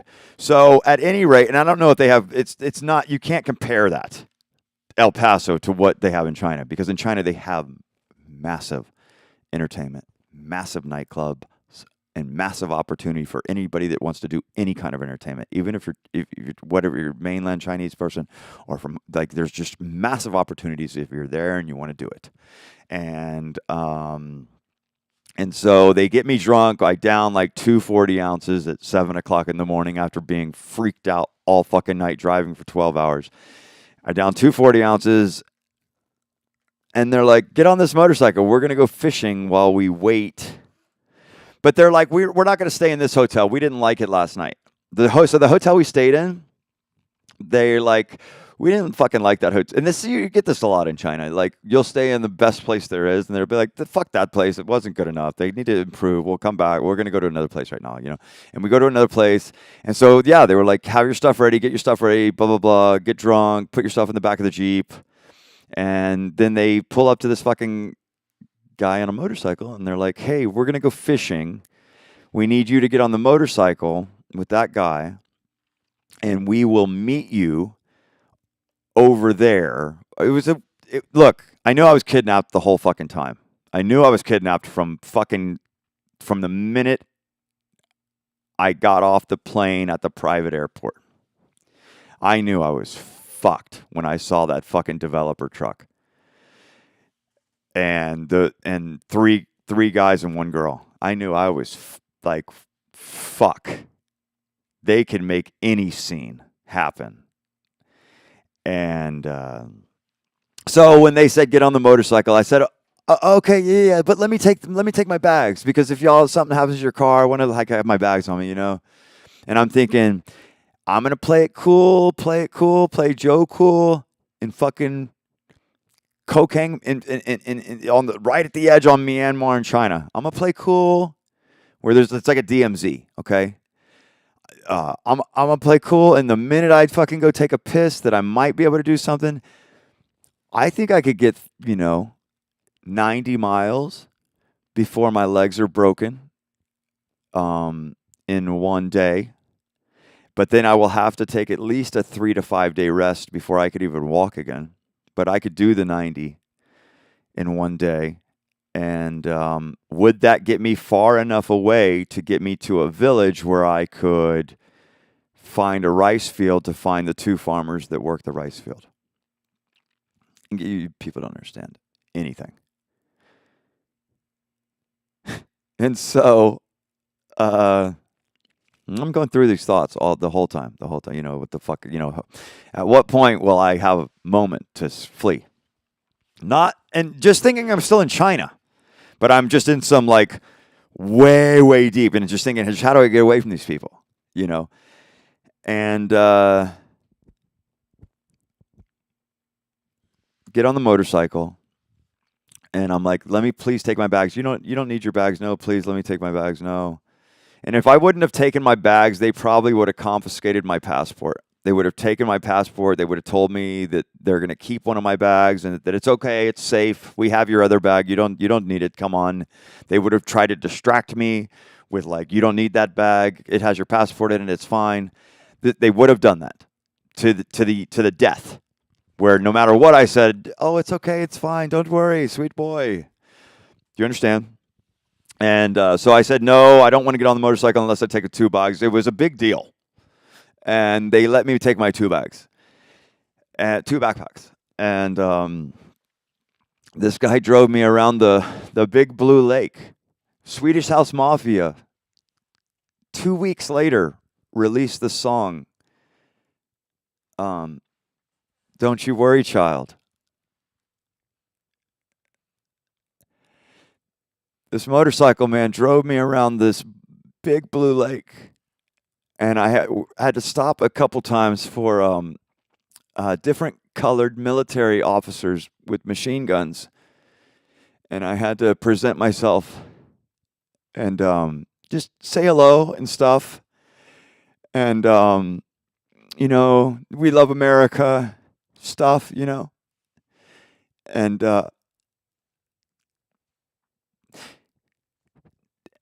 and then and finally around this lake, and all these people with machine guns and different color military stuff, and then they're like, the Jeep comes back, and they're like, we're sorry, you're in Myanmar, and you can't go back now. And you will work here. You will work here now, and you will stay here now. Okay, be happy. We have a big nightclub.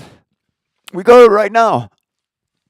And they take me to the big fucking nightclub with a fucking A380 airplane on top on a fucking stick.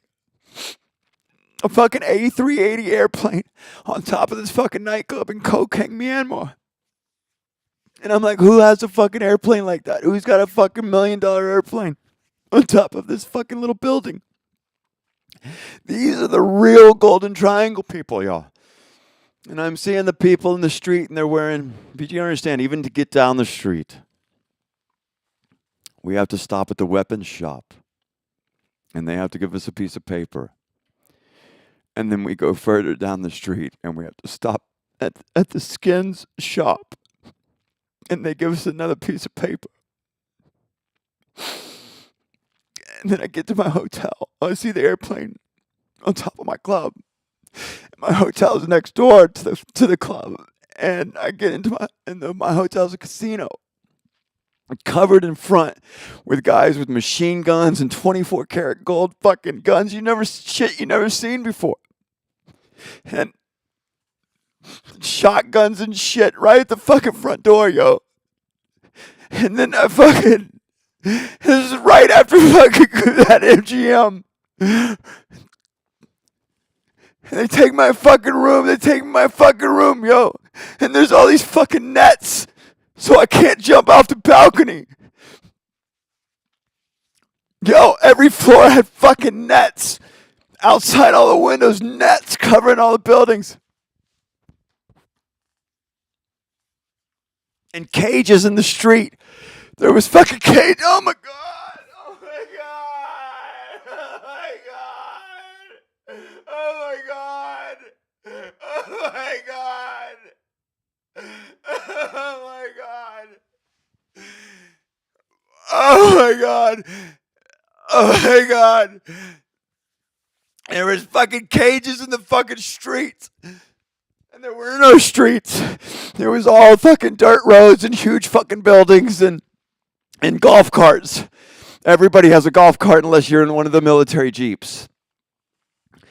And there's fucking nets everywhere. And they're like, come into this room. And I go into this room and they're like, this is going to be your...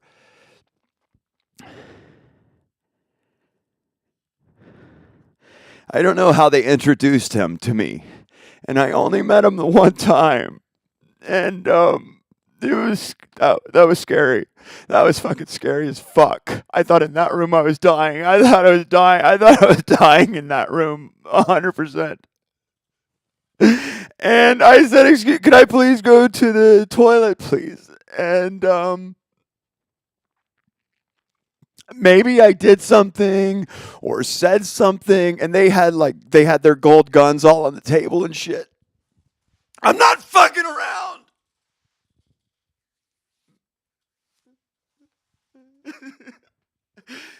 The gold fucking guns on the table and shit. And oh God, please use the restroom. Yeah, cool. Okay, good. Everything's cool, right? Yeah, no problem. We're gonna be okay.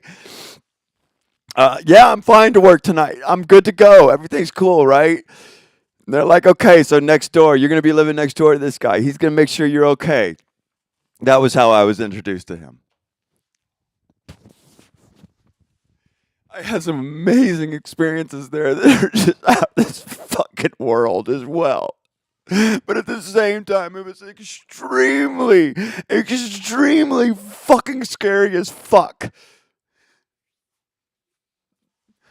I went into the mouth of the dragon mountain. They have a mountain carved into a dragon. I went into the mouth of the dragon, which was the entrance to the cave of 1,000 Buddhas. And please do not try to look up cave of 1,000 Buddhas in China. They're copies. They're not what Myanmar has. Because they told me I was there to work. But every day they would take care of me. And every day they would take me to do something wonderful.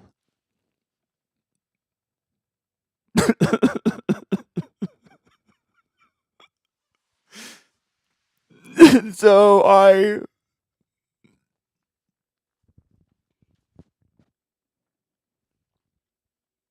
But you have to understand, you reading information right now that says if you have a fucking computer or a cell phone, they can execute you in the street. You're reading information like this, and you're like, I've got fucking 2 laptops in my backpack and 3 phones. And an American passport without a stamp at the border.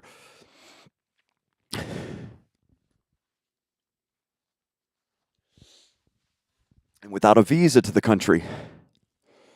And so I'm there as a CIA operative, and I snuck in. Like I'm fucking there.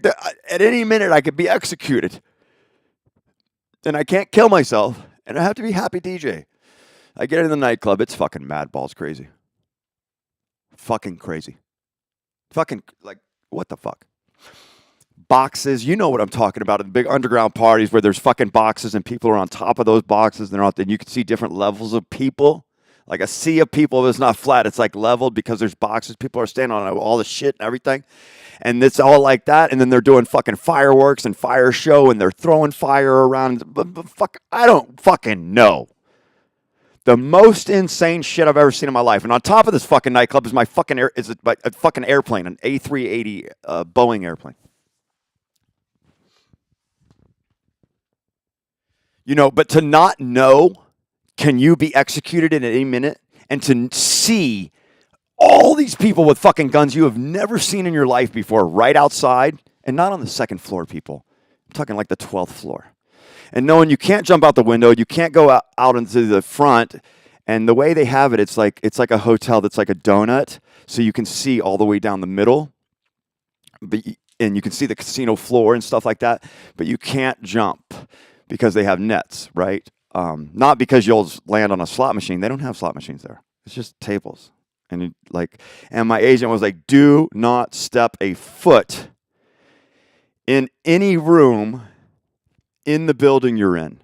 You need to go direct. My agent was very clear. You need to go directly downstairs and out the door into the nightclub, and do not go into any room or they can shoot you.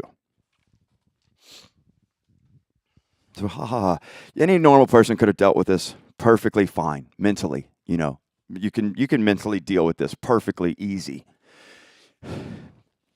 And so I went into this cave of 1,000 Buddhas.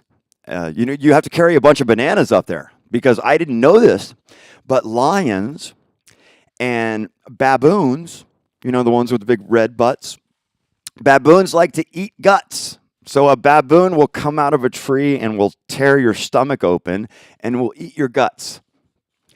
And so on your way up to the Dragon Mountain, this isn't a mountain called Dragon Mountain or 5-headed Dragon Mountain. That's a different mountain. This is a mountain called Dragon Mountain.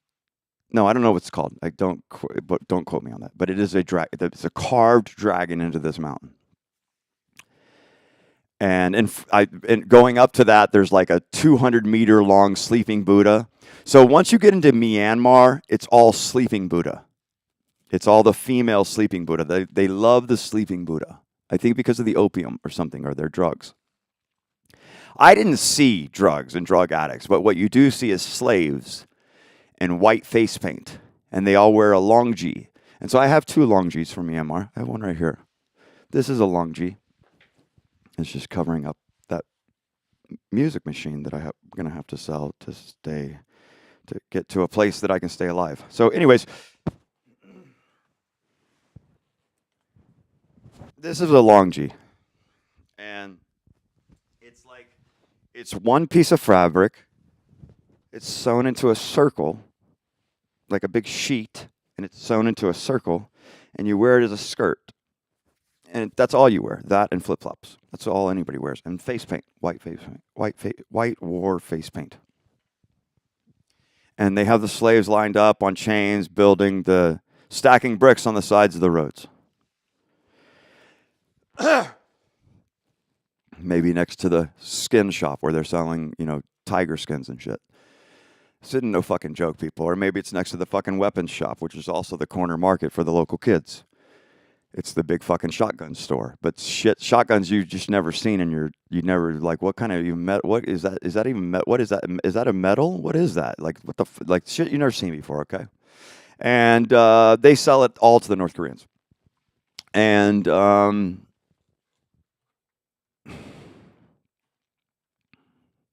fuck, I did my job every night with growing PTSD while I was doing this. It's like every night, I could feel I'm gonna be fucked up. This is fucking me up.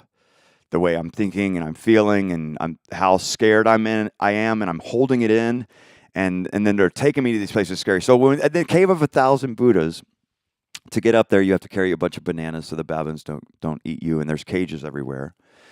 And it's not a joke. Like you're like walking, and there's like a tree, and there's two baboons in it, and they're looking at you, and you're like, phew! You throw a banana, You throw a fucking banana at them, and and uh, and they run away, and they're happy. But if they're looking at you, you better fucking throw a banana, right? And so you get 2 bunches of bananas from the Buddhas downstairs, or from down the mountain, and then you. So that was one mountain we went to. I also went to a diamond mountain, where the whole fucking mountain is a diamond. You can see the diamonds sticking out. Maybe it's crystal. It's a fucking whole mountain of diamond. And they have the road that goes around like this to. It's a peaky mountain. It's so weird, so fucking weird. And at the top of this peaky mountain is this temple where there's this monk Buddha that lives there. I don't know if it's the same or the difference or whatnot. And there's a Buddha that lives there, and he gets me to shake the sticks and throw the sticks out so he can read and tell me what my life is about. I had to do that. And I think these people realized I had my agent send me money because I had no money. Because MGM fucked me. MGM Grand, Yalong Bay, Sanya, China, 7-star, 7-diamond hotel, fucked me. And somehow I was given this job where maybe they thought I was really a big MGM executive director after living there for a month and a half and like living how I lived with motorcycles and shit.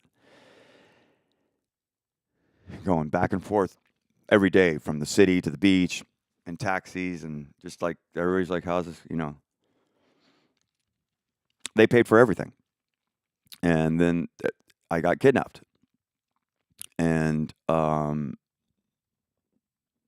sleeping Buddhas were cool. This Buddha on top of the hill, he was not a kind. He was very weary, if that's a good word. He was very weary, and he was like very concerned about this shake sticking that I had to do for him on top of this diamond mountain that was like this peaky mountain. Not like a big mountain, like literally a peaky mountain. And the road went around like this to the top where the temple was, and there was these just amazing temple things and temple things that you have to do. Like you have to step over this thing with your left foot, and you have to do this, and you have to do that, and then you put the incense here, and you put the piece of fruit here, and you put this here, and you burn the money there. You want to burn the paper here. And I had to shake the sticks for the man. He was very unhappy and very hard until I shook his sticks. And then when I shook his sticks, he had like a sigh of relief like he had never seen before. Or I would never think that he would go from that one person that was very like, this has to happen. You have to shake that, and this is going to happen like this now. And I'm like driving up this mountain that's got diamonds sticking out of the fucking side of the fucking mountain. And I'm like, this is a fucked up, this is that, like, can you let me out of the car for a second kind of deal? I'm not fucking joking, okay? And I'm like, I know I'm in like a mad, crazy, special place. And the guy, I shook my sticks, and he went from being stern and like, he was like a surgeon about it. This has to have like kind of thing, and I did it. And I was like, but they were very technical about the whole thing. It was just kind of strange. He went from that to being the most kind, loving person ever in the world, and I'm going to have a good life. My life's going to be full of happiness. And it was like total turnaround. And the guys were like, okay, get back in the Jeep. Let's go back down. We're done for the day. See you at 11 p.m. Okay, or see you at 5 p.m. for dinner if you want to come down for dinner, or we'll send dinner to your house, or however you like. Blah blah blah blah blah. Oh God! Oh God! Oh God! And so I DJ'd. I got there on a Friday. I flew out on a Wednesday. Landed on Kunming, I think, on a Thursday, and then it was like a 12-hour drive, and then a hotel, and then I got there on Friday, basically. And so I started that Friday night, kidnapped in Myanmar as a kidnapped DJ executive director for International MGM Grand.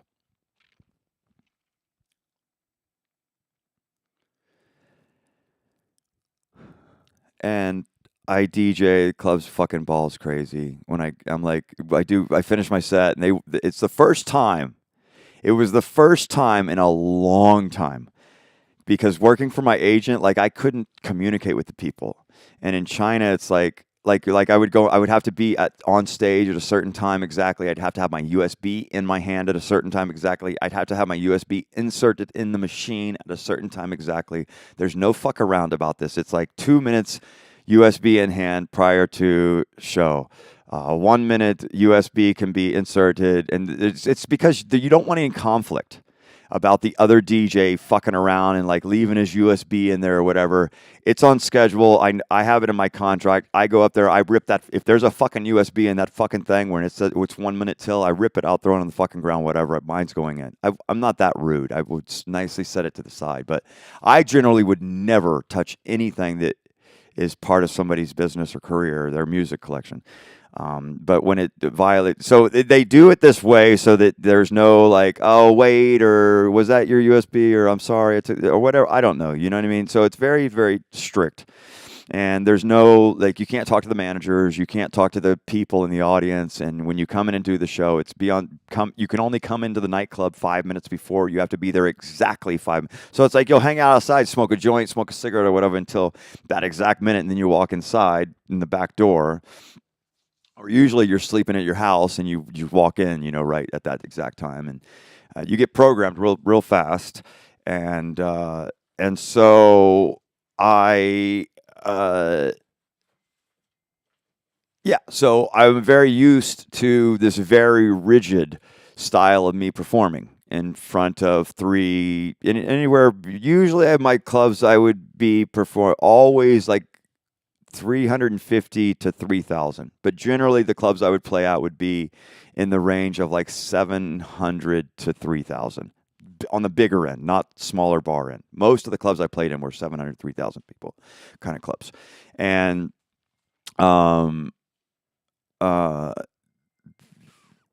I DJ, and so you get used to, and so that was the first time. This was the first nightclub, and they're doing all these fireworks and this fire shows for me and all this stuff. It was like the first time they were really interested in me. They didn't give a fuck about my music that I played, but they were like, "You have the best music we've ever heard." And their DJs, oh my God, their DJs would just, fuck, dude. You could sit and listen to their DJs forever. They're that good. They're so good. Like flawless, amazing. Like, whoa, that's like from like that. That would be from a huge festival of that kind of music. Like they're so good at what they do, and so. But it was the first time they were really interested in me, and it wasn't about being hardcore in the music. Not that my music had to be any less than it was usually, but it was like they really wanted to be my friends and stuff. Like a whole room of people wanting to be my friends. But the whole time thinking at any minute, somebody can come here and shoot me in the face. When I walk into my hotel, I can be shot right in the face because it's just funny. Any restaurant I went in, like any place I went into, if I would wake up and I'd go downstairs and I would like think, okay, maybe I'll go over to the market, a man would follow me in and be like, hey, how's it going? How you doing today? With a 24 karat gold fucking Glock. Or whatever, big huge 380, big huge, I don't need, what the fuck, big fucking gold's guns, okay? somebody would come in with a fucking big gold gun and a fucking, ready to shoot me. Okay, do you need any help? Are you okay? Everything okay? Okay. We don't speak English. No English. No English. And go back to the room. Or go get a haircut, go get a nail salon, whatever. It was like the guy with the gold, some other random guy with a gold gun. And you never know if this motherfucker's just volatile. I'm in Myanmar. I'm not in China anymore. You know what I mean? And they're there to rip the fuck out of the Chinese people. And at any rate, so I DJ for the whole week. And during that week, we went swimming in this big blue lake. That's part of that song from Swedish House Mafia that was released like 2 weeks after this ordeal happened. It was released, or it was released the same week that this happened, or it was released right like the day that it was released right around that. I remember that song and this whole thing and this big blue lake. It was 2012. And it was about 2 weeks before Obama took a detour flight to land in Myanmar. He was going to Cambodia to open hotel development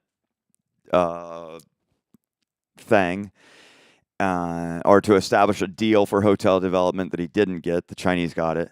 And I had made a huge post on Facebook, and he went to Facebook. Or no, he didn't go to Facebook. I had made a huge post on Facebook.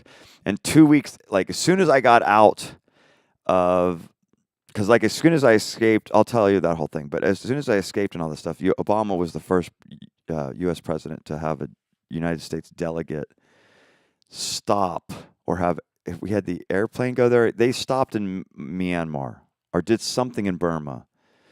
2 weeks after I posted this big, huge, long letter about what happened to me on Facebook. And till this day, we like the way we live in our world where we can't report anything, we can't document anything, is absolutely disgusting. And if we were to document something, it wouldn't matter. It wouldn't be looked at by anybody to care about. And so, like, I was kidnapped and taken to Myanmar. My government has to know this. I've posted information about this. People know this. And nobody's ever asked me if I need help dealing with that, or how it affected me, or what the story is, or if there's a way that I could benefit in some way from that tragedy that I had to go through. So at any rate, I had this week that was like this, each day I would go and do something. We would go do a long activity, and then we would go to a massage and, do our foot bath and all these things and eat our dinners and stuff. And then I DJ'd every day there in Kokang, Kokang, Kokang, Myanmar. I DJ'd there every day so I started on Friday. So I did Fridays. I did 7 days. And throughout the whole week, I played it cool. Like, yeah, I'm going to really fit in here. I'm really going to love it here. This is going to start to be a city that we'll start bringing other American people over here and make it like a place, like in the community of like all these kids and stuff. And they're like mega rich. They're all taking me to their houses and shit. And like, they all have like fucking fish pools, like in between fucking 2 parts of the house or some shit, like fucking dope shit, and I'm like, but if I were like, but everything's very strict, everything was very regimented and strict how they set up it. And if I were to like say, I would go DJ and then I would go home from the club and I would stop in the corner store or something, some guy with a fucking big gun would come in and just watch me. And then I'd go back into my hotel room and the fucking music coming out of that fucking club is just fucking like 7 a.m, But I'm so used to like when I'm done performing, it's on my contract that I have to be done and like leave the club immediately. Do not conversate with any of the employees or any of the guests and go back to your hotel room. You're welcome to go out to dinner, but you can't go to any place that sells alcohol. So if this club has a contract with Anchor Beer, or this club has a contract with Pearl Beer, or or Budweiser or whatever, and you go to another bar that might sell Budweiser, everybody in the town might start going to that bar to buy their Budweiser because you went there to have a Budweiser. So that's part of your contract. Like you can't go to any place that sells alcohol at all or beer.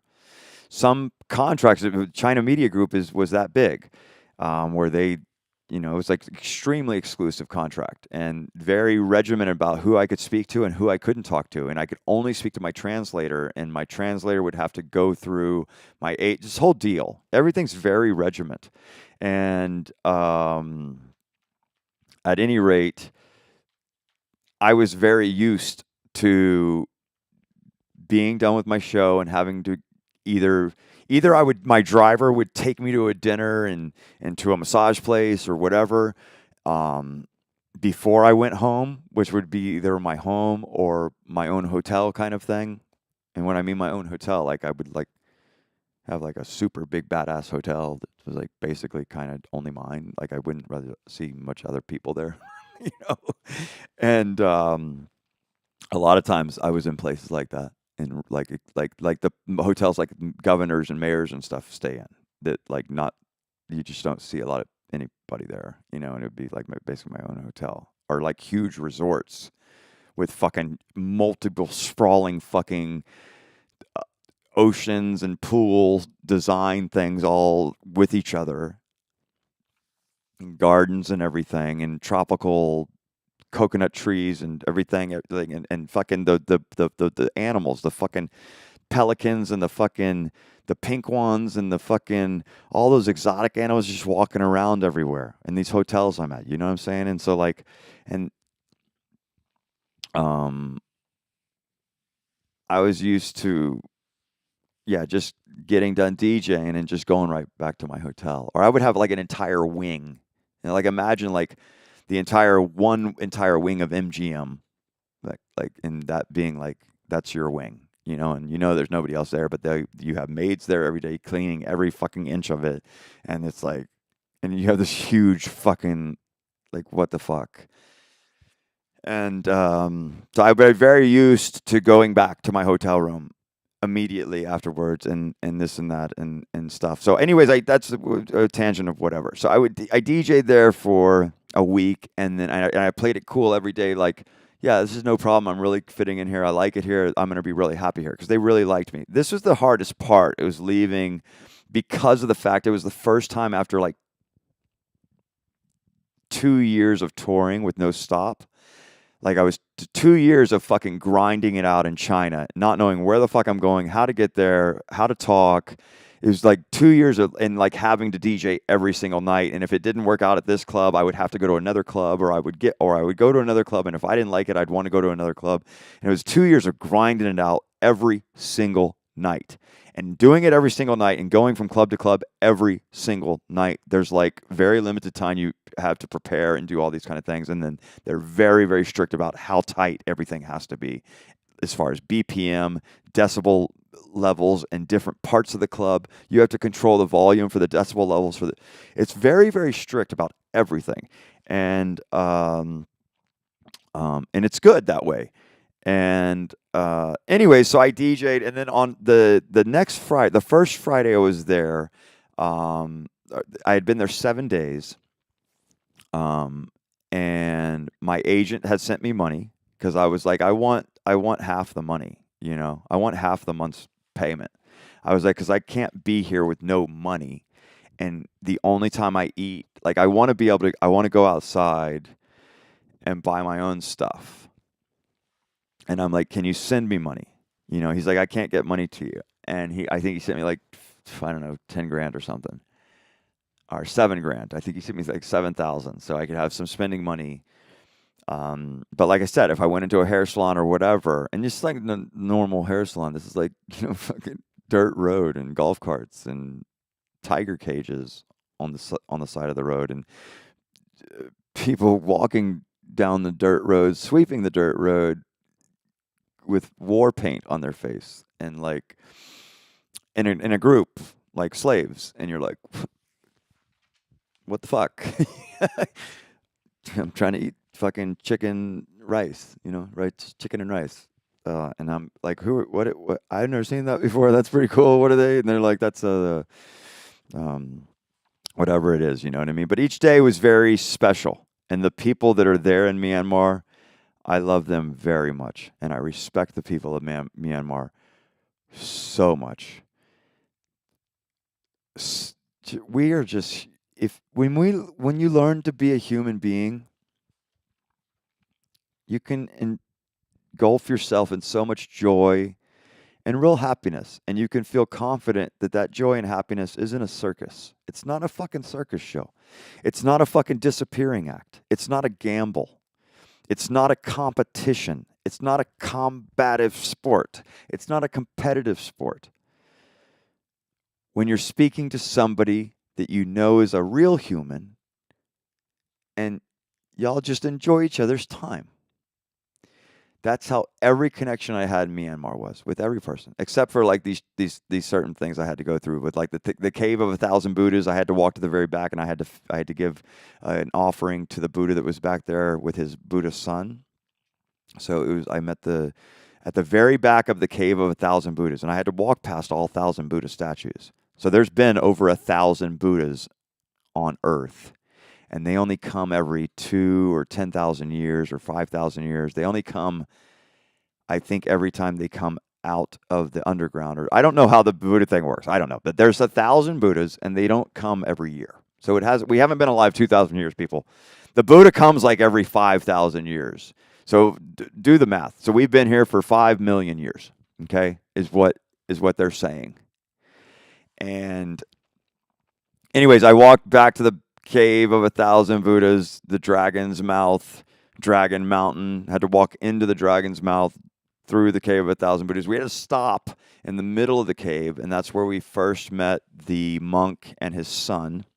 And they were praying and had their brown robes sprawled out, kind of like where they were sitting on this, like one of the ledges of one of the 1,000 Buddha like stages.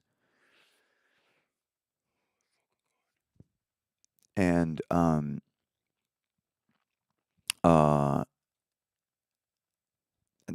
halfway through the cave, they met us, and they asked us to follow them. That's where we gave them their offering, and we gave them bananas and apples and peanut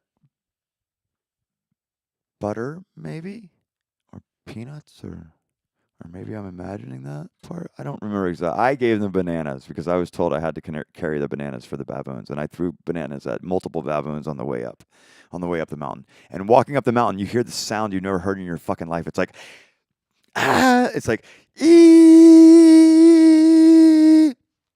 coming out of the jungle. You could see this jungle, and you hear this sound. It's like, is it crickets? Is it snakes? Is it bats? It's alien? It's elevating electricity sound. Like you can feel that fucking sound is like up here, and it's like, and it's like bugs or snakes or what the fuck is that? It's so fucking scary. People have no fucking experiences at all. And I'm done now. That was way overwhelming for me, way too overwhelming for me. And so, anyways, then they walked us to the very back of the cave and showed us the rest of the cave and the well at the back of the cave. So at the very, very back of the cave, in the very quarter mile into the cave. No, not that far. Probably 300 meters into the cave. After there's 1,000 Buddha statues on little fucking carved into the fucking cave, yo. It's fucking carved into the fucking cave. This fucking iron rock fucking cave, and there's fucking carved fucking Buddhas, thousands of them. And we get to the very back, and at the very, very back of the cave, deep inside this mountain, there's these huge metal pipes that come out of this water well. And so there's this big area of water. It's like a pool at the very, very end of the cave, inside the cave. And it's a huge pool of water, and they have these big pipes that go down and that come across and go down again. They're like maybe like a staple. I could see the tops of them. And so it's this big pool of water, and they have it illuminated by lights. Like they have electricity and lights back there, like going up there, to there, and back there. And they also have candles and incense and all that kind of stuff. So there was illumination. I can't remember how, but there was illumination inside the cave. I don't remember. It's not like lights though, not normal lights. You know, like we couldn't see that well. It was like the lighting of like Star Trek or something. Like I don't want to be a fucking dumbass. Like I was kidnapped, you guys, and or whoever's listening. Probably nobody. I don't give a fuck. Either way, my life is. I'm dead. I'm absolutely dead. And the way I've been treated, I'm just absolutely dead. I don't feel it's. I feel it's a fucking circus, and so I was like, hey, well, I want to drink out of this. So yeah, these pipes, they're like this, and then they go down, and there's two of them, like a staple. Like they come up, they go over, they go back down, and those were two big pipes, probably 15 inches in diameter. I don't know, whatever that is. Big, you know what I mean? Big fucking metal pipes. And I'm like, oh, they're pumping water in here. I'm like, that might be the fucking well of the Fountain of Youth. I found the Fountain of Youth in Kokang, Myanmar, where I was kidnapped from China and brought to. I found the Fountain of Youth, so I'm scooping water. And I'm drinking it. And the monk and his son are watching me. And they're like, watching me like, what is he doing? And I'm like, why are they like thinking it's so weird that I have to drink this water? Because I literally thought I was fucking Ponce de Leon and it was the Fountain of Youth. And so I'm scooping this water, and then we leave the cave, we go back down. And so that was like on a Tuesday, I think. That was Monday or Tuesday. And within like about 2 hours, I got malaria. Or some disease. I've had some fucked up shit to my body while traveling as a DJ to support dance music. And the power of music and people coming together to celebrate music. I've been sharing that faith for a long time, and I've been getting hurt. Like in Thailand, I got MRSA, MRSA, and I had these huge things on my face. I had my fucking jaw came out to here and was just full of pus. It was like fucked up, and I would pop it and it would like look it up, MRSA. But I had a severe case of MRSA where I had it on my chin, I had it on my nose, I had it on my cheek, I had it on this cheek, I had it 10 times on my breast. So I had it on this breast, and you don't understand. It would fucking engulf like this with pus, and I would have to jab it with a fucking syringe, and it would all this like white glue would come out, and brown glue, and just like, what the fuck? I got it like 10 times around my nipples. I got it once near my belly button, once down here with the waistline. Every day I had to eat, like during the MRSA thing for the Thailand trip, because I DJ'd all over Thailand, Phuket, Pattaya, Bangkok. Fuck, it was like 2 months of every day eating like an ungodly amount of ginger and garlic and this other root, some other fucking root, and taking antibiotics and going and getting a syringe on a bag and being hooked up to a bag so they could flush me and everything. And oh god, oh my god, that was I've been some fucked up shit. You know what I mean? And so this water, deadly sick. This was maybe the miracle, that I got sick, because I was like, I gotta find a way to get out of here. And I don't think they have a modern hospital, and they're not gonna let me die. They're gonna take me back into China, and maybe while I'm in China, somebody will kidnap me and take me further back into China.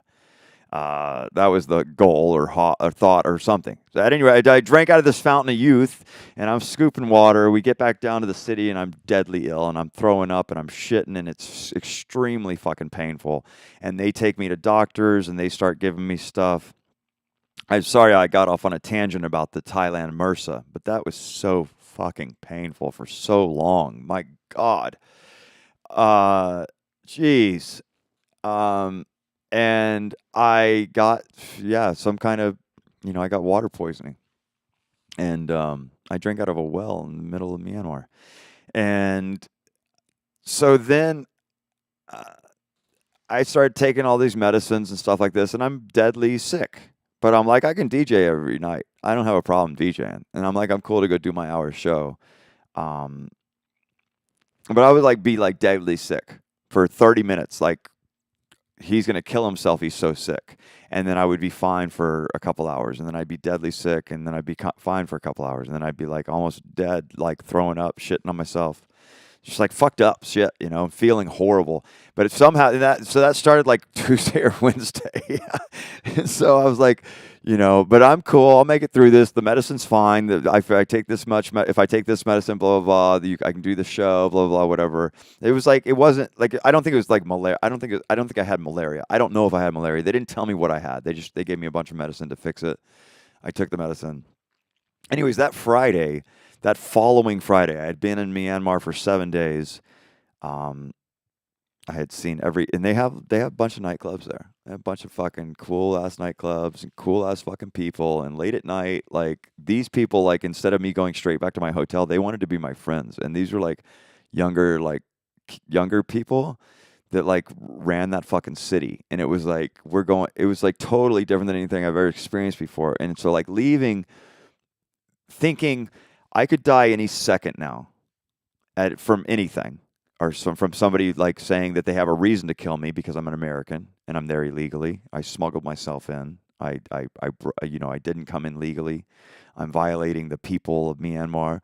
I have a computer. I might be doing scheduling some uprising or terrorism, or they can murder you at any minute. And this is what you're thinking and feeling at every second. And everybody that looks at you are like, yes, I like you. Yes, we're friends. Everything's great, And so, but at night after the club, they would take me to places, and I met a lot of fucking dope fucking people in Myanmar, and this weird fucking city, this weird town, didn't have any real roads. They were like totally fucked up roads, and everybody drove in golf carts. There was like golf cart taxis everywhere.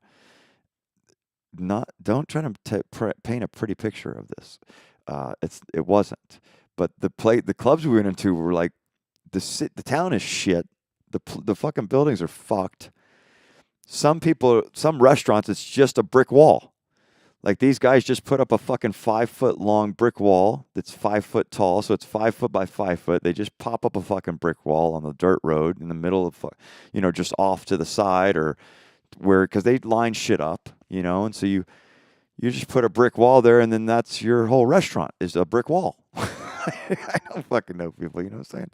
And so, and there's chairs on both sides of the brick wall, or that's where they have the cooking stuff is on the wall, or I don't get it, whatever, you know what I'm saying? But the deal is like about like they would have shit lined up, but it wasn't like big buildings. It was like a rundown town, right? This place, Kokang, Myanmar.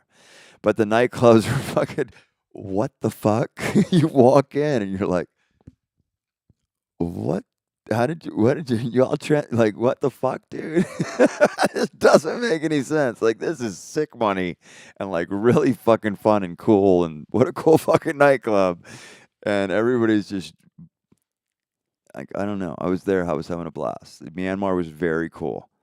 And then that following Friday, somebody came by my house to bring me, gifts and everything, cases of beer and food and chips, and not my house, my hotel room, and all kinds of snacks and a month's worth of candy and just tons and tons of. They brought a ton of shit, Friday, and this whole week I'm like, I'm gonna act like I'm the person that always keeps their bags packed and neat. I'm going to act like I don't have any stuff out of my bags the whole time I'm here. Like if I need something out of my bag, I'm only taking that out of my bag and zipping it back up and putting it on top of the table or under the table to make it look like my bags are packed, and that's kind of how I live. Right? So the whole week, that's how I had my bags. And talking about the water in that cave just made me very sick again. Oh my God. There's just like an enzyme in my body that will always be there. And so then this was at 5 o'clock. A couple people come to my house or the hotel room. They bring all these gifts and stuff, and they're like, would you like to do this, or do you want to do this before the show tonight? What would you like to do? And during the day, like every day, you have a meeting at the bar at the club, and there's like all the employees. And clubs are usually anywhere from 150 to 500 employees. I think that club probably had like 200 and something employees. And they're all entertainers as well. Like while they're working, they're entertaining and they're having fun and they're making sure that you're like, moving around and having fun and doing stuff. And if you're not, they give you stuff to do or whatever. It's just different how people take care of each other there. And so they brought me all this stuff at 5 o'clock, and I said, and this guy and this girl, and he dropped the girl off to bring the stuff to me, and then he left. He said he was leaving and that she was going to stay there with me. And I said to her, over the week, I had become friends with her, where I had convinced her, because I would be profusely crying, because she was my translator. That's what it was. I always had a female translator. And she would come over and ask me what I needed, what supplies I needed, what I thought, how I felt, if I needed to, if I wanted to, if something would make me feel more calm or anything things like that, and so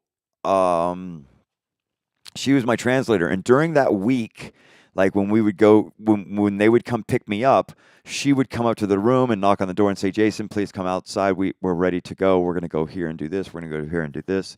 She also was the one that took me to her family's houses and stuff. And I was able to see some of they had all these kids, they're all like totally different than the thing I've experienced in a long time. But I was at risk for my life at any minute. And so it was really scary at the same time. And so anyway, over that week, I had gotten her to talk to my agent like 3 times on the phone. And it took me forever. It took me till the day I drank the water. That's what it was. I drank the water. I got deadly sick. And I say, I'm there puking, vomiting and shitting, and trying to take medicine that she's telling me what to take in my hotel room. Like a bad deal. I'm deadly sick, and she is like, and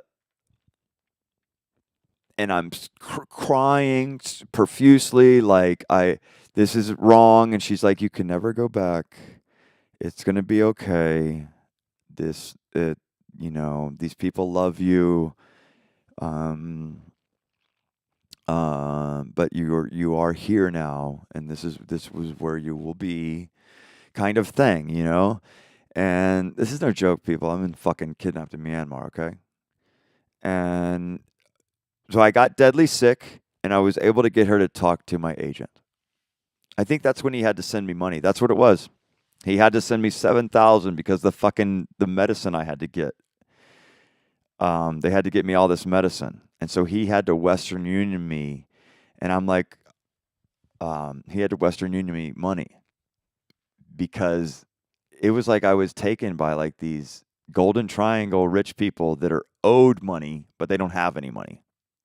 Like maybe somebody owes them $50 billion, but they don't have any money while they're waiting on their $50 billion, And then when they get their $50 billion, they spend it overnight. I don't fucking know. But at any rate, I got deadly sick as part of a plan. When I saw that water at the back of that cave, I said, fucking A, that's going to fuck me up.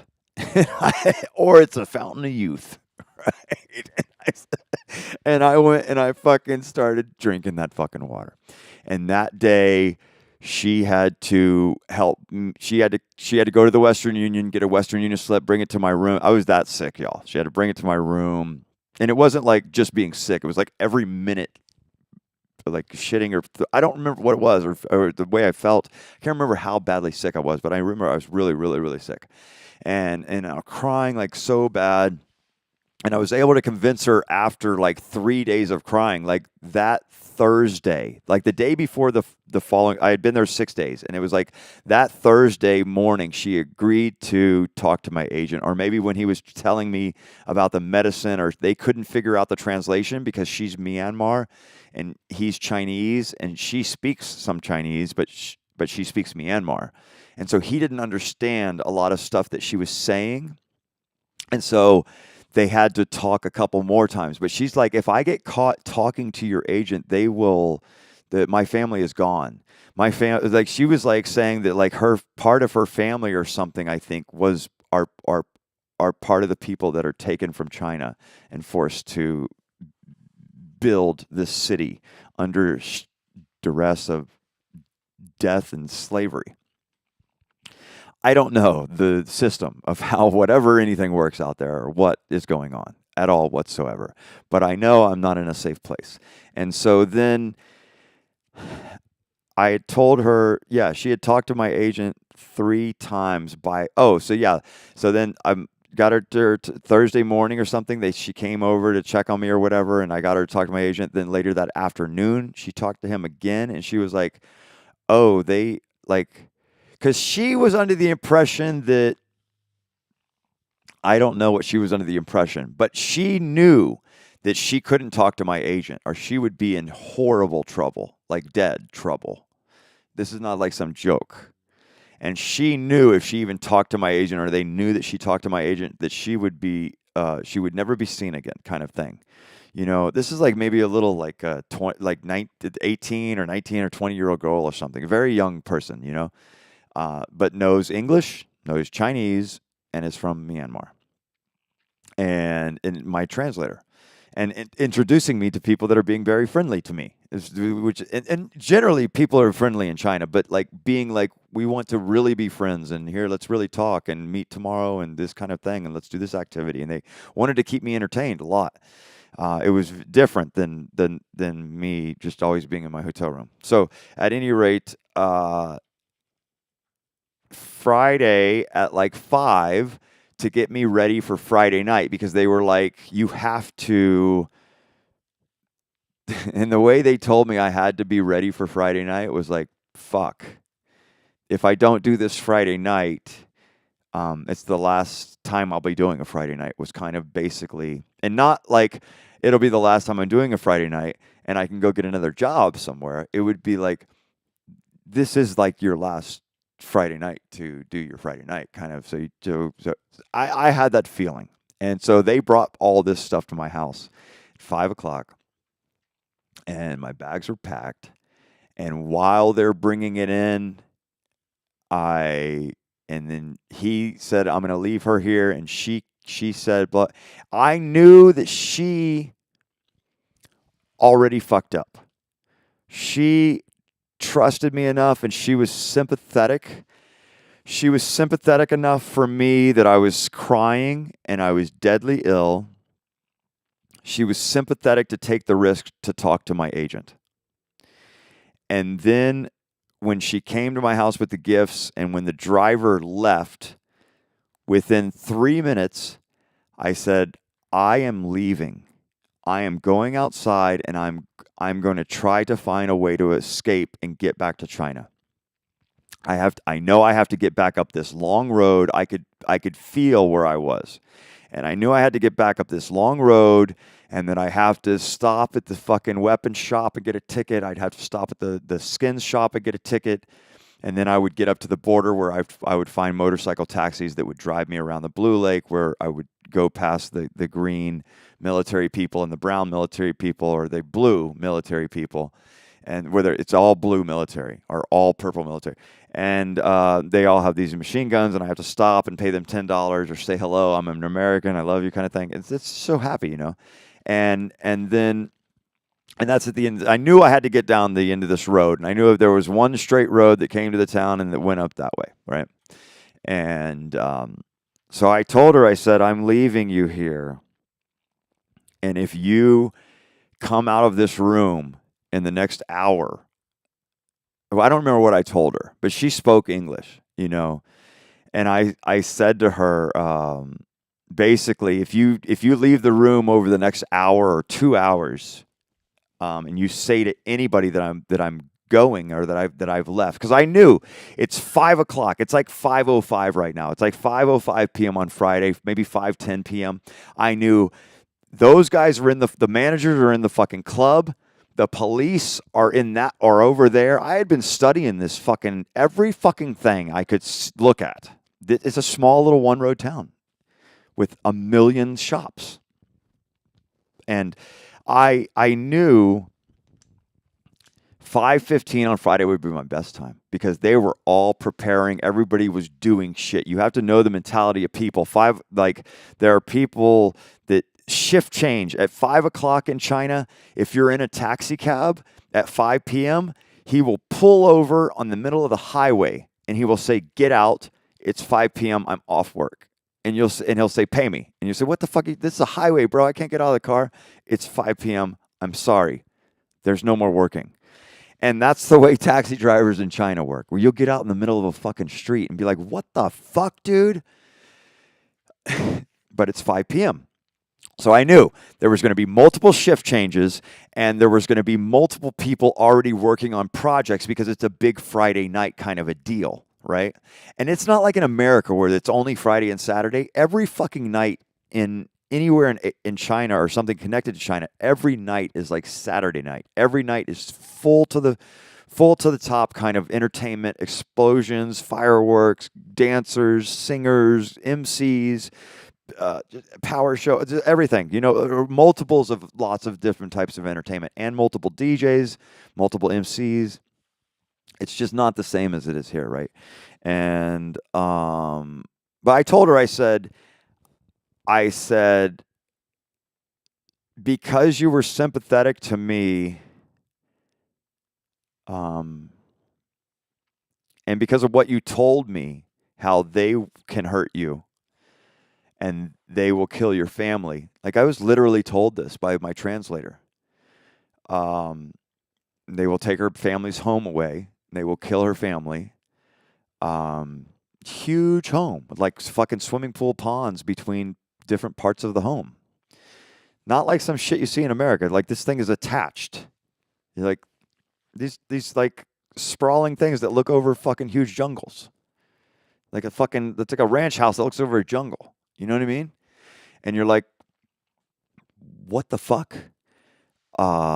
And she's like, they'll kill my whole family if they know I talked to him at all. And so that Friday, she's like, they forced me to come over here. I couldn't believe it. It was right at 5 o'clock. Like the driver must have just, like it was his last stop. He was dropping her off for 5 o'clock, and then he was done work. And anybody who went downstairs to see was going to be the new shift of people that didn't know what was going on. And so I went downstairs and I told her, you stay up here and don't come outside the room and don't notify anybody, or I will tell them that you've been talking to my agent and I will show them the call records. And she said, you can't fucking do that to me. No, it was fucking dramatic, yo. And just with some random stranger translator, little girl, And it was traumatic, like I'm going to be killed. You're going to have me fucking killed. And I'm like, well, you either wait till I'm gone and then you come out of the room screaming in like an hour, or you follow me out right now and I tell them that you've been talking to my agent. And she's like, no, they'll kill my family. I'll wait. And after some time, I'll go out and scream and say that you ran away. And and maybe they'll look. Maybe it'll be okay. It was dramatic. It wasn't an easy fucking thing. It wasn't like I'm walking out the fucking door. The guy's still next door with one of the gold guns. And I'm like you got to understand, for me to get on the phone with my agent, we were like mega whispering or writing stuff down, like doing code and shit in my fucking hotel room while we're talking about fucking Coca-Cola and do you have another cigarette? Yeah, do you like and then, please just say hello. Tell them where we are. Tell them the city name, please. Please tell them where I am. Please, I'm begging you. It took days and days and days until I got deadly sick, and then I was fucking crying. And she's like, "Okay, I'll talk to your agent. I'll talk to him." And she talked to him, and so leaving was kind of dramatic. It was kind of dramatic. And listen, people, don't be thinking about sex or anything because you don't get sex in China. It's like going to fucking Saudi Arabia and thinking you're gonna get laid. Look, the only difference between Saudi Arabia and China is in China they wear fucking sexy ass shit and brand new fucking clothes and bikinis and they pour fucking beer all over their fucking bikini bodies and you ain't touching them and you ain't having sex with them, not unless you fucking bought their grandparents a home and you've been having lunch with their grandmother every fucking day for the past 6 months. Look, it's not a normal thing, for you to hook up with a girl in China or that's Chinese or that's a dedicated person to the strength and the love of China and the Chinese people. And it's not a circus there, you know what I mean? And she was really nice. But because of her sympathy, you don't understand. For like 3 days, she was like, "Fuck you. Fuck you for asking me. No, I'm not talking to him. I'm just your translator. Fucking do your job." Like for for multiple days, it was like it took me a few days before I said, "I can trust this girl and I can beg her to talk to my agent." It took me like 3 days. And then it took 3 days of me begging her and she refusing until I got deadly sick. So maybe it was like Wednesday before I drank that water. Because it was like 3 days I was like afraid to even ask her. And then because I didn't even know that she would be a normal, like friendly person. And then after like 3 days and her introducing me to all of her friends and them taking me to the different places where they party, where it's like fucking insane in a shanty village. And then it's like this huge nightclub inside. And they really take care of themselves. Like they have entertainment, they have like the things they need, but they don't have big, huge, wooden buildings, 2x4 buildings. So, anyways, she was so nice and everything. But it took me like a couple days to ask her to talk to my agent, and then I figured out the only way she was gonna talk to my agent is if like I chop my arm off or I fucking break my leg or I do something stupid, So let's go skiing tomorrow, please, Take me out on the boat tomorrow. So just so I can jump off and break my fucking hip, kind of a deal. And I saw the water in the back of the fucking cave of 1,000 Buddhas. And I said, that's my goal. That's my shot right there. That's my life. I said, if that's either going to make me, that's the fountain of youth and it's going to make me, live forever, or that's going to save me from dying. And I drank this water. It made me deathly ill. And then after about another 2 days of me being deathly ill, she said, "I'll agree to talk to your agent. You're in pretty bad shape, blah, blah, whatever." And I was DJing and they're like, "But this Friday night is a big deal. And it has to happen." They were very pertinent about Friday night having to happen. And so I knew there was going to be a big change or whatever was going on. I knew outside there was something different brewing up, or maybe a government official was coming into town or something different. So, and when a government official comes into town, all these guys with gold guns, they go and hide. You got to know that. So like if there's a government official coming into town, all the gangsters or military gangster guys, they're not going to be out on the street, like being like, "Let me check up on you and watch what you're doing," kind of thing, because the big government guys in town, and you don't fuck with those guys. And so I knew there was going to be something. This is my shot. And when she showed up at 5 o'clock, I was like, no fucking way. And my bags are already packed. And you're here at 5 o'clock and you have all this food and all these beers and all these Coca Colas. And you're like, we have to be ready by midnight. You have to be ready by midnight. You have to have your 1 hour show. And I'm like, okay, I'll figure it out. I'll figure it out. And I'd been resting for 3 or 4 days at that point, but DJing for my 1 hour each night. But because I was sick, they didn't try to keep me in the club. And so, which was good. I would go right back to my hotel room, or they would say, let's go to another club. And I would say, because I would be like, I've got to walk, or I can't just stand here. I would get sick. I would shit on myself. I don't remember. It was so bad. I can't fucking remember. It was so bad. And I was deathly sick is all I can remember, really. And then, yeah. So I went downstairs with I couldn't believe it. 5 o'clock on Friday. She's here at shift change. And when I mean shift change, I mean the whole fucking city shift changes. The whole city. 40 million people. Shift change at 5 p.m. Okay. And I am like, I can't believe it. I'm looking at all these bags of fucking shit they brought over, beers and popcorns and candies and cookies and chips and everything, sodas and what do you need? They brought a whole grocery store over, kind of. What do you need to get healthy today?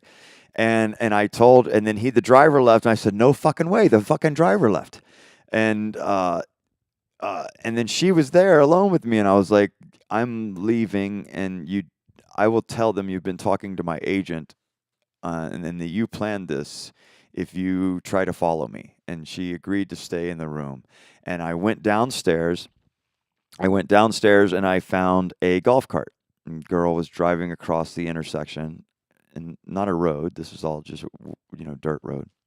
Driving across the intersection in the golf cart, and stops and picks up a couple people. And I get in that, and no, you cannot go. No. Where's your translator? No. American. No. Get out. Because I didn't have a translator with me. I didn't have an escort with me. And this person was like, no fucking way am I fucking having you in my golf cart. Usually when I would go downstairs, I wouldn't go to a golf cart. I would go to like the fucking little foot massage place, or I'd go to the fucking hair salon, or I'd go grab a burger or whatever, or a piece of chicken or something at the guy with the chicken wall, or this and that. Or I'd go look at the cage where they may have a lion in there later tonight, because the lions just walk everywhere. And, or what are they, tigers, or, yeah, I don't fucking know. And, this girl but I had never gotten into a golf cart on my own. And so it was just like weird. She was like, fuck no, we know who you are. Get the fuck out of the golf cart kind of thing. But for me, it was like, they're not ready for me to be in a golf cart. And the whole week I had like gone out, and some guy would show up and be like, hey, go back to your room. It's time to go back to your room. It's time, here. Are you okay? Are you okay? Let me watch you. And I've got this fucking big ass gun. Let me put it on the table. And are you okay? You want to go back over to your room? And I lived like that for multiple days. And then, so this golf cart, and then out of nowhere, I see a fucking car. I haven't seen a car in a whole week. I haven't seen one fucking car in a whole week. And I've been to the bazaar where it's like, oh my God. These people from all over India and all over the world, it's just out of this unreal shit. Bizarre shopping places they took me to. There's like, you could buy any skins you want from any animal. I didn't see elephant skins and elephant tusks and stuff like that, but you're like leopards, jaguars, tigers, lion skins with the head and everything, the head to the tail, and the everything. And those are like $5,000 each, which are US dollars. You're looking at probably like $600-700 each. And I made friends with a lot of those fur dealers, and they would tell me, we have an American friend. It's not possible. It's not a dream come true. Could even be thought about something like that. And so I have friends in Myanmar, and I have friends that are sincere about how wonderful the opportunity it was for them to experience having a friend that has come all the way from America. It was these special moments that are just like, you can't describe to people that just don't go that deep, I guess, you know? And I don't know what I was even talking about there because I said the word go deep, and I'm not trying to be fucking fashionable about my story here. It's not a fashionable fucking story. It's a fucking hardcore story about PTSD and hell on earth as I was kidnapped from MGM and taken to Myanmar in China. I was kidnapped from MGM China as an executive director, and I was kidnapped and taken to Myanmar. Okay, and so I get out. I see this green fucking taxi, green like Shenzhen taxi. I'll never forget it because for the whole week I had been there were no vehicles, none. And I'm like, this is weird. It's like a car driving down this dirt road, but it was a Chinese taxi with the thing that pops up in the front, you know, and it was like open, you know, it was like the hand was up, like I'm ready. I can take a ride. And I was like, no. And she stopped at the stoplight, and I jump in the back seat. Oh my God. This woman screaming at the top of her lungs, get out, help, blah, blah, blah.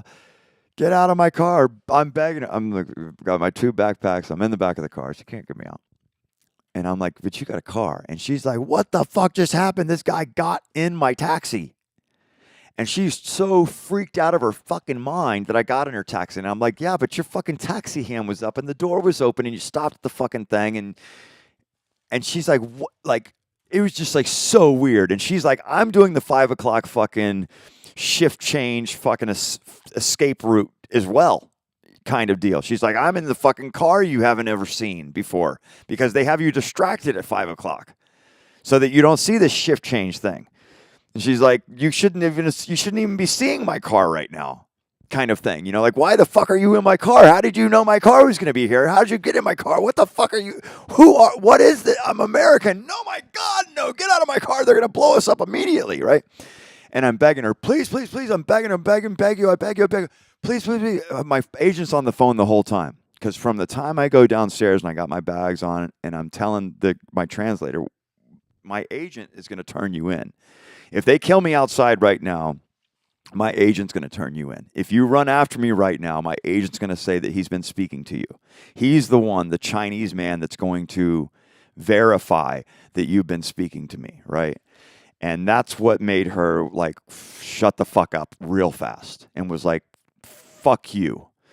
And so my agent was on the phone this whole time. Because it was the 3rd time I got her to talk to her. And when he got off the phone with her, I said, I'm leaving. And he said, fuck no, you're not. Do not leave. Do not leave her there. Do not go outside. Do not get into any vehicle. Do not try to leave. It is totally unsafe. He wouldn't tell me they're going to kill you or they're going to hurt you, but he was like, Jason, do not do it. Jason, I'll get you out next week. Jason, stop. Jason, she's going to help you get out. I promise I'll get you out. We will get you. No, fuck you, dude. I'm leaving. Fuck you. Fuck this girl. I'm fucking leaving.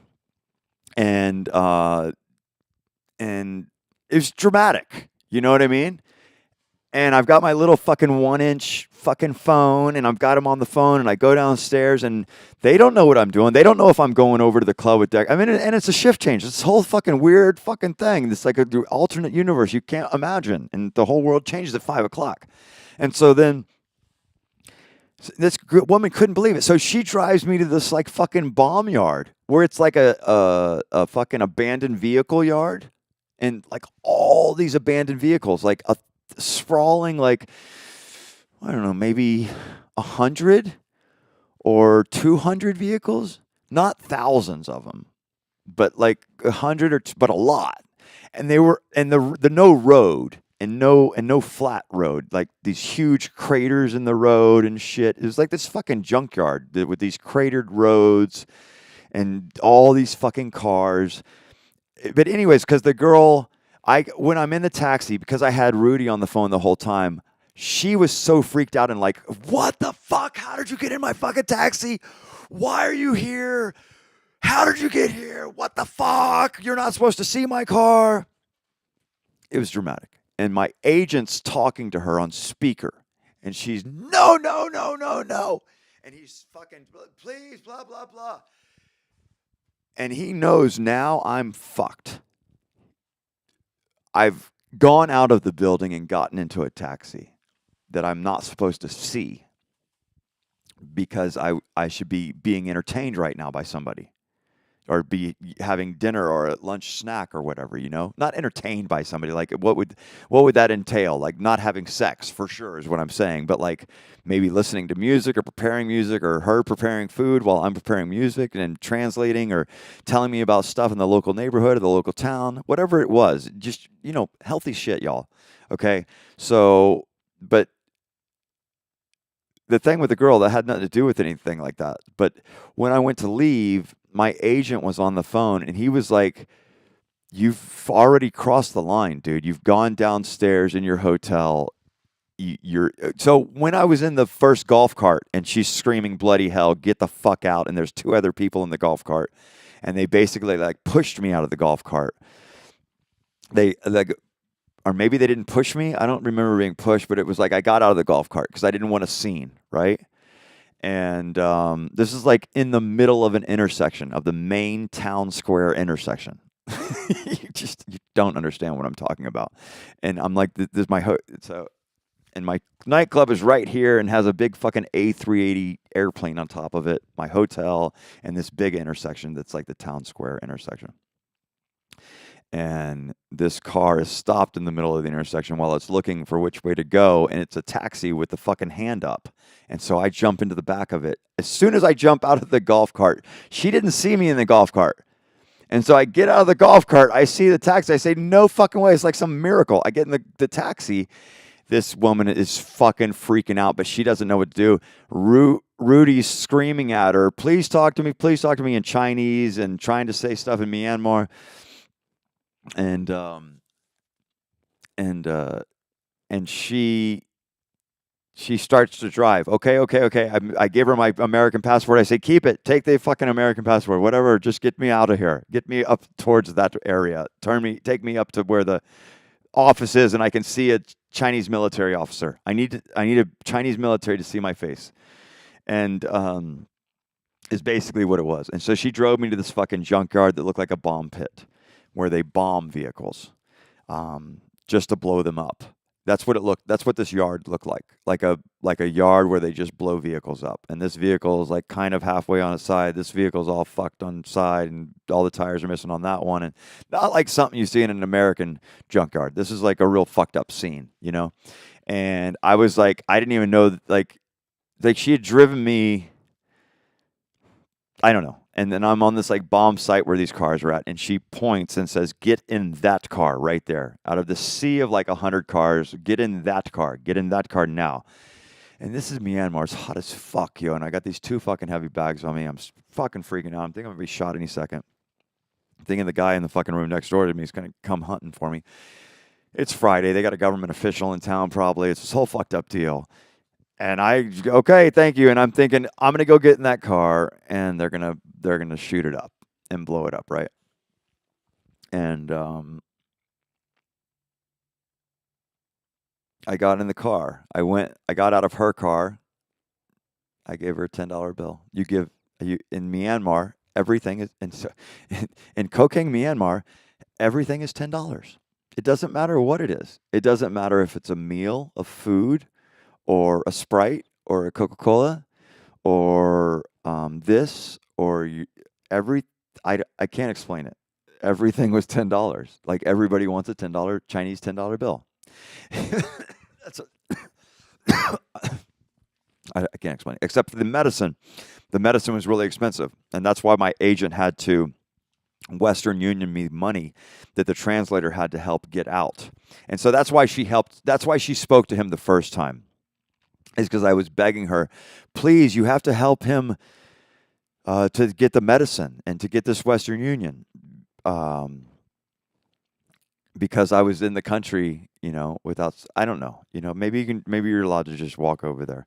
But the way that I was presented with it and the way we've been presented with Myanmar as Americans made me extremely scared. And so then I figured I'm going to go get in this car and I'm going to be they're going to blow it. They're going to like throw a grenade under the car or something. This is what this area looked like. It was like cars and big craters under the cars and cars flipped over. So it looked like a fucking bomb yard of junk cars that were also used to blow up or so. I don't fucking know what I was looking at. It was weird. And she pointed at one random car in the middle of a sea of a bunch of cars. It's no way. It wasn't like this. It wasn't a parking spot. You know what I mean? It was just in some random, whatever. With so many cars there. And I get into this car and it's fucking hot as fuck. Like it had been sitting there baking in the fucking Sahara Desert sun for, a long time. It was fucking hot. Fuck, like the kind of hot, you're like, I would not want to touch a piece of metal in this fucking car, or it's gonna burn through my skin. It was that fucking hot, right? All tinted everything, all blacked out everything, like shitty blown up car, like some old fucking, I don't know, fucking Honda from 1985 or something, blown up, fucked up, tinted windows. Blacked out windows and hot as a motherfucker. And I get in the back seat, or my agent, she had told my agent, and my agent was telling me what to do. And because he was like, at this point, you've already gone downstairs. You have broken the law. You've gone downstairs. You've gotten into a taxi. And he says, but this woman's going to help you, and she's going to take you to a vehicle that's going to help you get out. He was pissed. He was very angry at me. My agent never was angry at me. He would always, if I said, hey, I need this, or I need that, or I'm going to need that to do this, or this will help me, immediately would buy me whatever I needed. And would never, and if I was frustrated or angry about something, it was like a miracle, man. Very like, very military minded, very book minded, very educated, very smart, very hardcore, and very nice and calm and comforting, and hard. So, like I'm saying, if a club would like be like, we want to pay you more and get rid of your agent, he would show up there the next morning and be like, we are accomplishing this today. We are going to get you the same rate, and they're going to pay me more. And and that's how that man would do business. He's like big time deal. And so I never heard him angry at me. But during this, while I was walking downstairs, or while I was taking and in China, in the elevator, underground, in the subway, no matter where you are, you can use this telephone. No matter where you are. It's guaranteed by the military. Communications are guaranteed. Here, you have an Anti-Communications Act. It's like, and it's like, we are savages. Anyways, and I'm not trying to cut myself off by being a dickhead to my own people and myself, but it's the truth. And so, sorry for picking my nose as well. So, she tells me to get in this vehicle, and I get in the car. How did I get to that point? Because on the way down the escalator or the elevator to downstairs, I was on the phone with my agent. He knew I was leaving the hotel, and he said, you don't do it, dude. Don't go out the room. It was very dramatic. It was a very dramatic scene. It was not a normal scene. And I left the hotel room thinking I'm going to be shot as soon as I open the front door. The guy next door is going to come outside and just start unloading on me, right? And because this girl's pissed off, she's crying now. She's saying that they're going to kill her family. And I go down the elevator. I get into the first golf cart taxi, which, if by miracle, if I wouldn't have gotten in that golf cart taxi, it's basically like golf cart taxi pulls up and I get in the back seat. And there was somebody in the front, and they're screaming. Both of them are screaming, "Get the fuck out!" And so I went in from the left side. I got out on the right side of a golf cart. I went in on the left side of the golf cart, exited the right side of the golf cart, and the car pulled up right there, and it had the fucking hand up. It was a fucking green, Shenzhen taxi, or Maoming taxi, and I fucking opened the door and I got in. That fucking girl freaked out, and my agent was screaming at her on the phone. I had him on speakerphone. He was so angry with me because he was like, "You can be killed right now, and what you've done to my business now is these men are going to come after me because they put a deposit down on the work." And I'm like, "Yeah, but they fucking kidnapped me, bro." And he's like, "Yeah, but I will get you out of there. You don't fucking do it on your own." And it was the first time I had heard somebody be angry. People in America, you could know them for a day and they're going to be angry already because that's just how we're taught to be, and just cold. And you just never see that in some people ever. And so it was very weird that Rudy was like, "We're going to be done after this. And I'm pissed off that you put me in this jeopardy like this, and I'm going to get you through it. But then these men are going to fucking hunt me down," kind of a thing, And it's a fucked up deal all across everything. And everybody's energies was totally weird. And anyways, I'm sitting in this fucking hot ass car. The girl with the taxi drives me to this abandoned blow up fucking field with all these cars. And I get in this one car that she points out. I get in the back seat. They tell me to get in the back seat. Sit in the middle. And then boom, it's like a fucking clown car. 3 people on the right side, 2 people on the left side, 2 people in the front right seat. And we're sitting in the car, squished. And I'm like, got 6 people around me, and there's 2 people in the front passenger seat. And we're squished, like burning up, hot as fuck. And everybody's looking at each other like, "Who the fuck are you? Who the fuck are you? What the fuck are you doing?" Like, they're all slaves that have all been kidnapped from their homes to go and work there or to take their money and they're all looking at each other like, "What the fuck?" And it's hot as fuck, like, fuck. And so then the driver gets in. And he says, "Okay, shukwai. Shukwai, shukwai, shukwai." And everybody's fucking has their $10 ready. I'm fucking here for $10, He drives up to the skin shop. He gets the first ticket. He drives to the second gun shop. He gets another ticket. This is like you just drive up and you say hi, and they come around the front of your car, they look in your car, and they say, "Okay, thanks a lot," and they give you a ticket. These are smuggling route people. And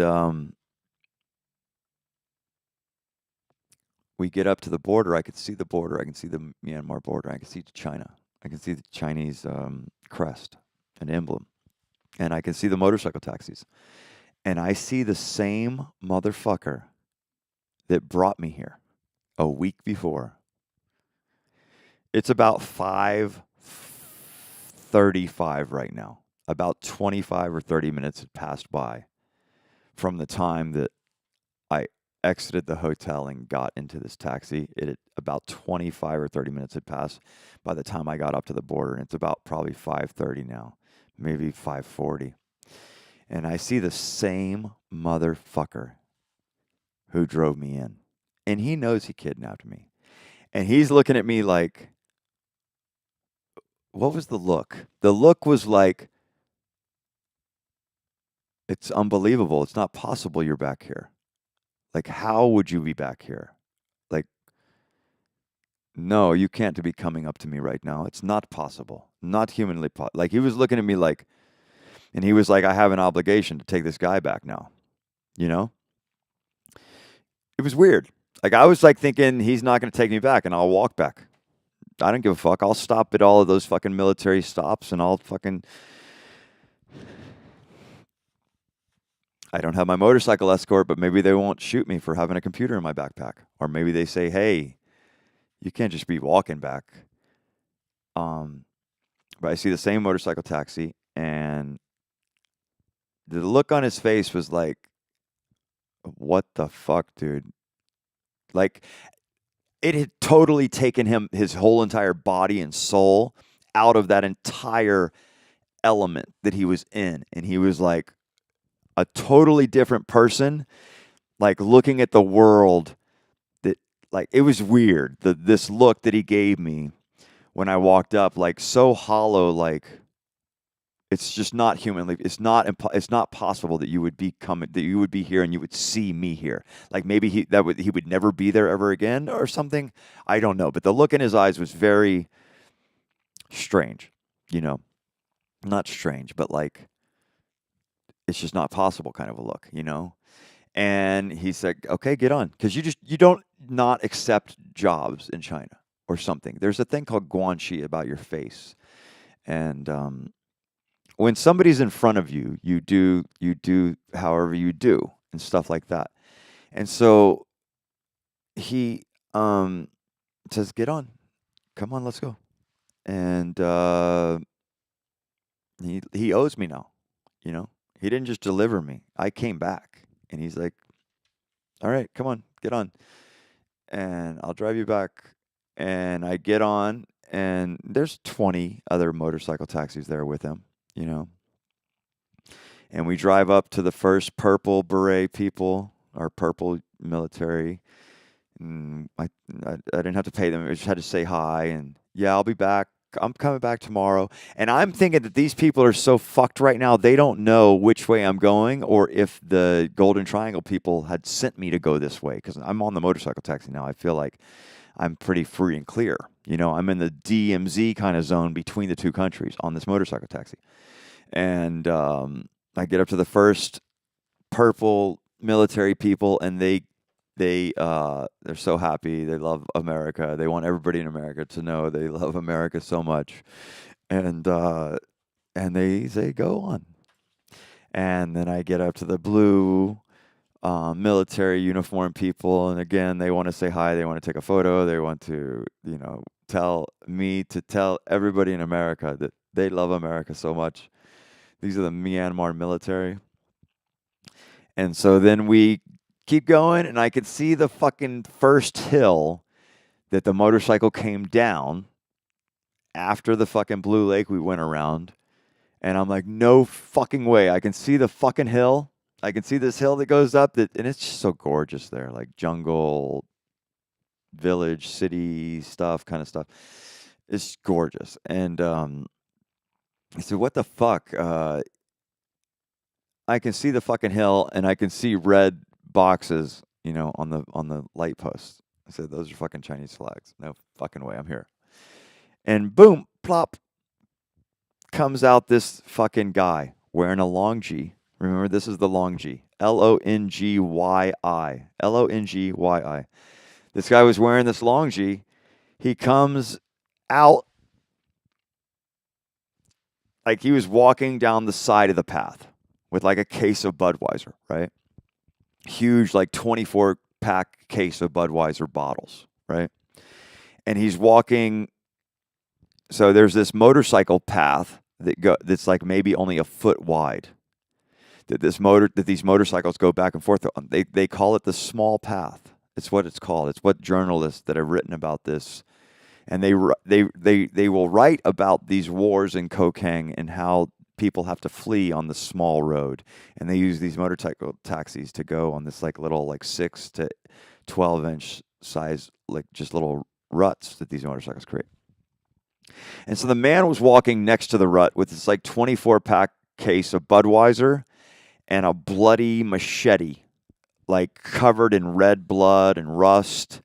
And he was covered in blood, and he was dirty as shit. He had the white face paint on, but he was not chained up to the other workers, and he was there by himself. And he had this huge box of Budweiser, and it was empty, I guess. But he just threw the box of Budweiser in the middle of the road. So like, here's the road, the microphone's the road. And so the motorcycle guy was like, "Oh, stop." And then he stands in the fucking road, and he like splits his legs on the road, and he's standing in front of the motorcycle. I'm on the back of the motorcycle. I got my 2 backpacks. This guy's got this big fucking bloody machete, and he's like extremely dark skinned, got white war paint on his face, and he's wearing a long G and bloody covered sandals. And I know a bloody machete when I see one. Okay, people. I'm not stupid. I know the difference between fucking blood and rust. And he said something to the driver, and I'm thinking this guy is going to tell me to get off the motorcycle. Or this guy. I was praying to God at that time that I was praying to God. I kept saying, I was like, yeah, and I mean, I was praying to God. I was fucking praying, fuck the fuck praying. This was the final guy. The hill was right there, 10 feet in front of me.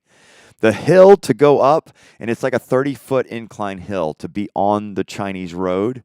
That little hill to go up that I had first come down was 10 feet in front of me. And this fucking guy with a long G covered in blood and a bloody machete, dried blood, because it's hot as fuck there. A dry bloody machete throws this Budweiser box in front in the small path. And I'm praying. I said a million prayers. I can't explain what went through my head at that time. And my prayer was, I just pray that I can pay him a $10. I pray he's just like every other Myanmar person, and he only wants $10. And the taxi says, "You need to pay." And I pull out 500. I give the taxi driver 500. No, 500. I give him 50. No. They're so angry at me. It's like this frustrating, weird business deal going on. 10. And they speak Myanmar and kind of Chinese, but they don't speak at all because they're illiterate.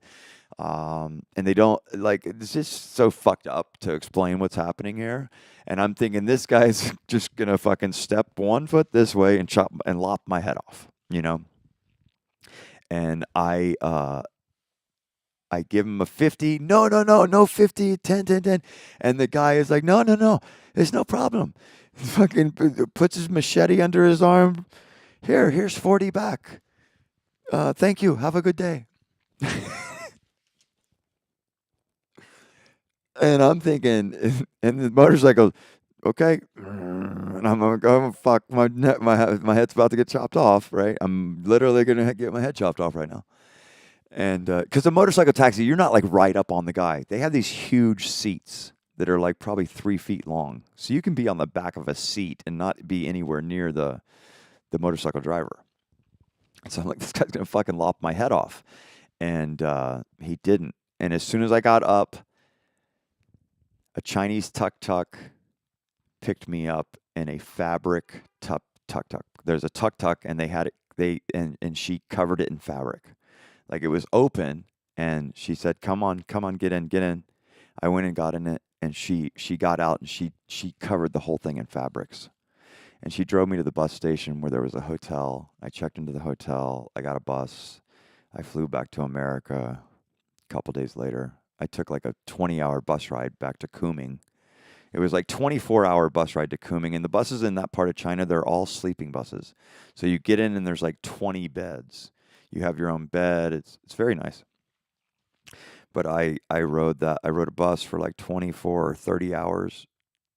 It was only a 12-hour drive from that small airport, but it was like a 30-hour drive back to Kunming.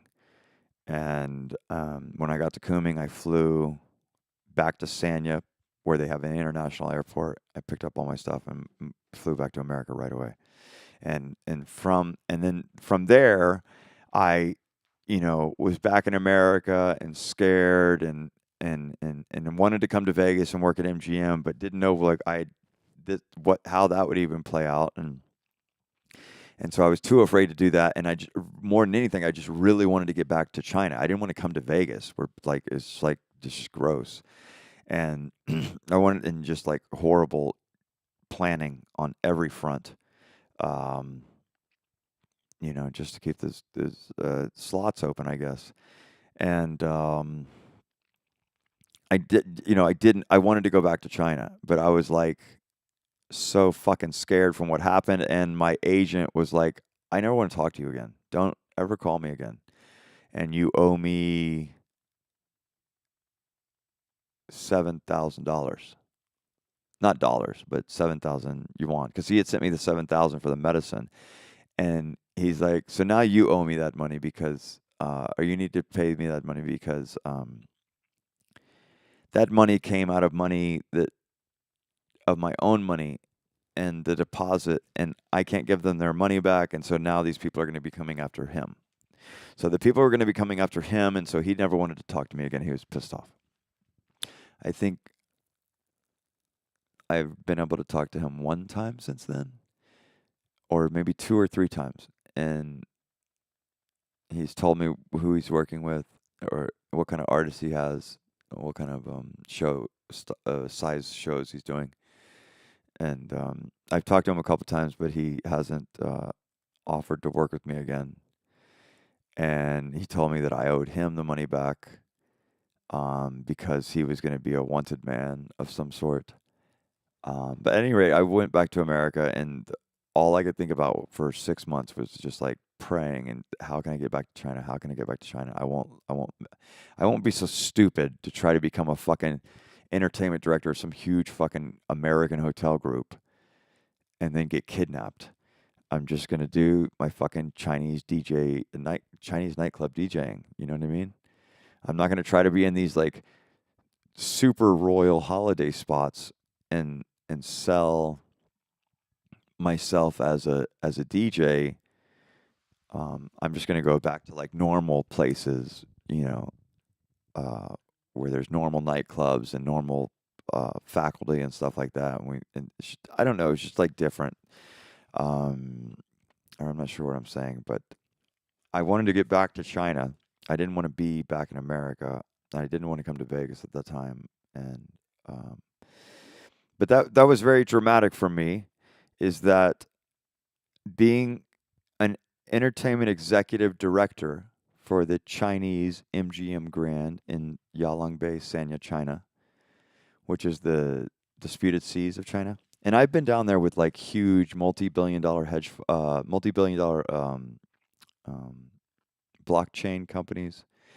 And during all the military exercises, I've sat there in the most royal hotels with the 50-story hotel with the glass bottom swimming pools that you don't even know about here in the United States.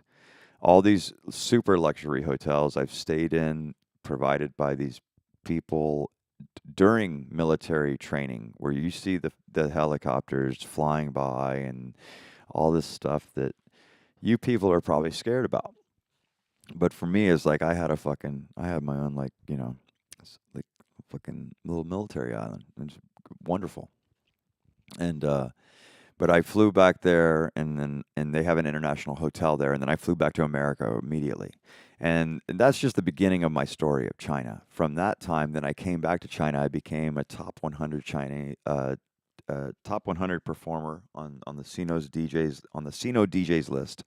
Sino is like a Google of China. There's Sina and Sino. So Sina.com and Sino.com. Is it Sino or something like this? Let me check it out right now. You may not be able to access it from America. You may have to be in China mainland to access it. And listen, you dumbasses, if you're fucking listening to me, and that's including me, Jason. I'm a dumbass too.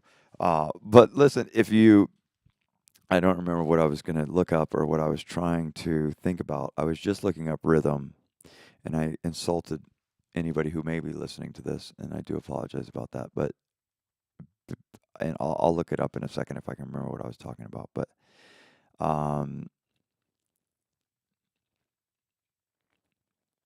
Sino. I want to see on this website.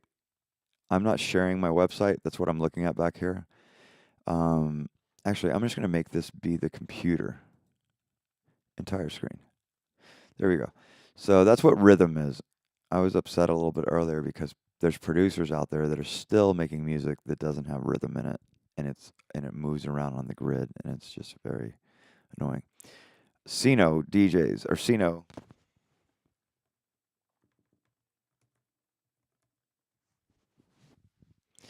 So if I go to Sino.com, yeah, the Sino group. It's a huge thing, but you can't even access it here. It just shows it as a group, right? And I'm the Sino group. See, look at these kind of developments.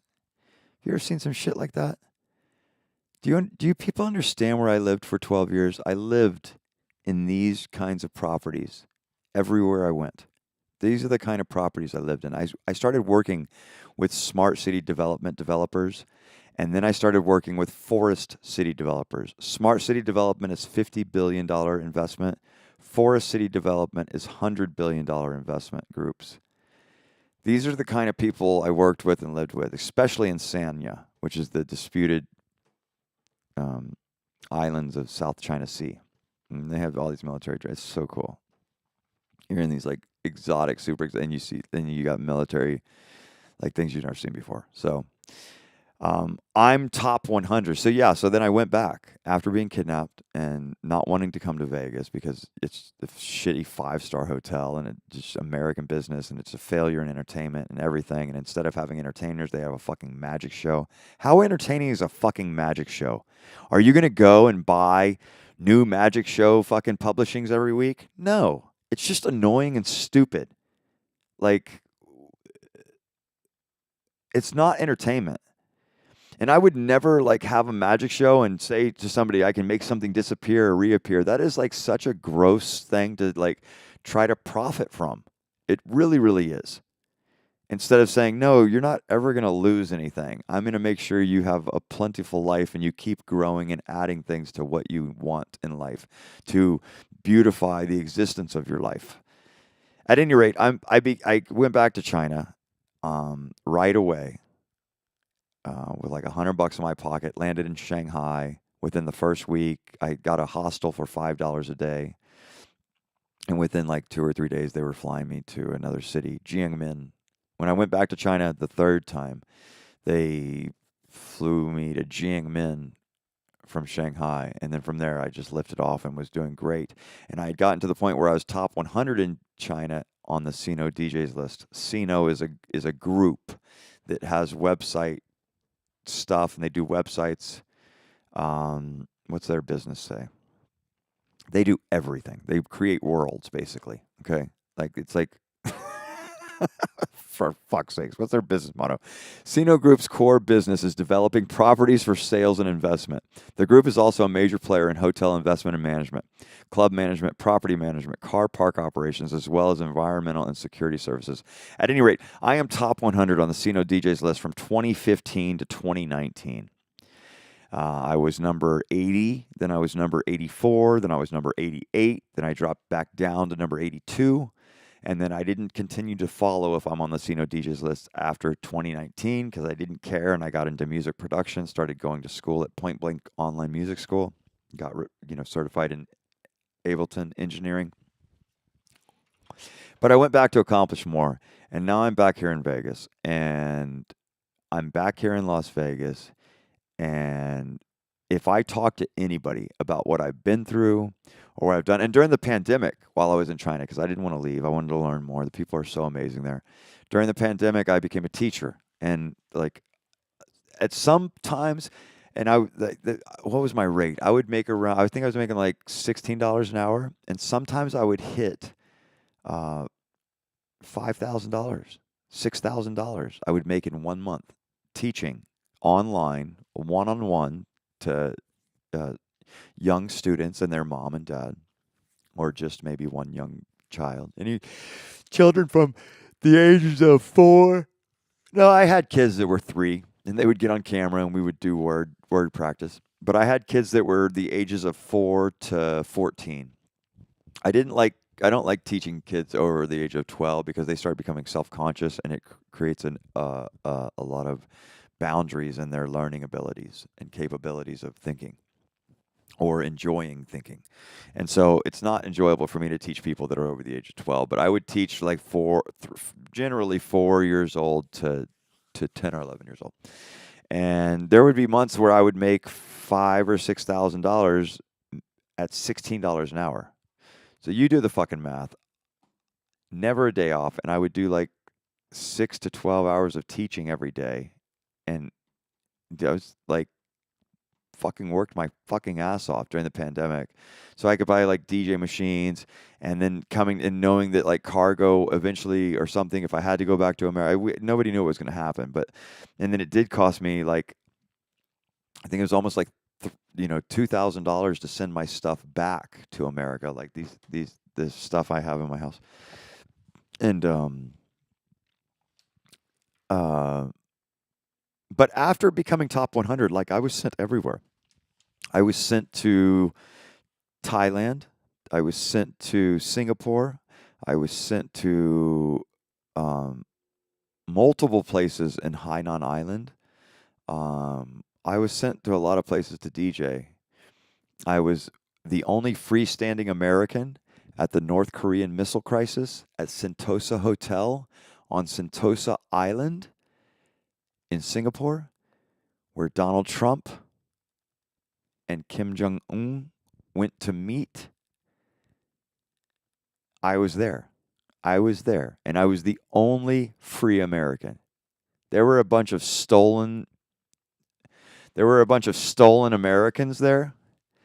They were stolen and they were decorated in military outfits, or they were there with some news. No, there were no American media or journalists at all. I was the only freestanding American at the North Korean missile crisis deal signing at the Sentosa Hotel on Sentosa Island in Singapore.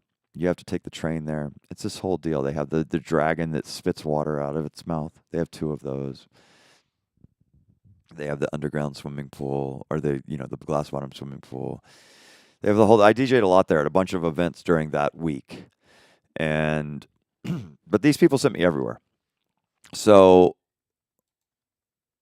but for me, it's very hard for me to try to put together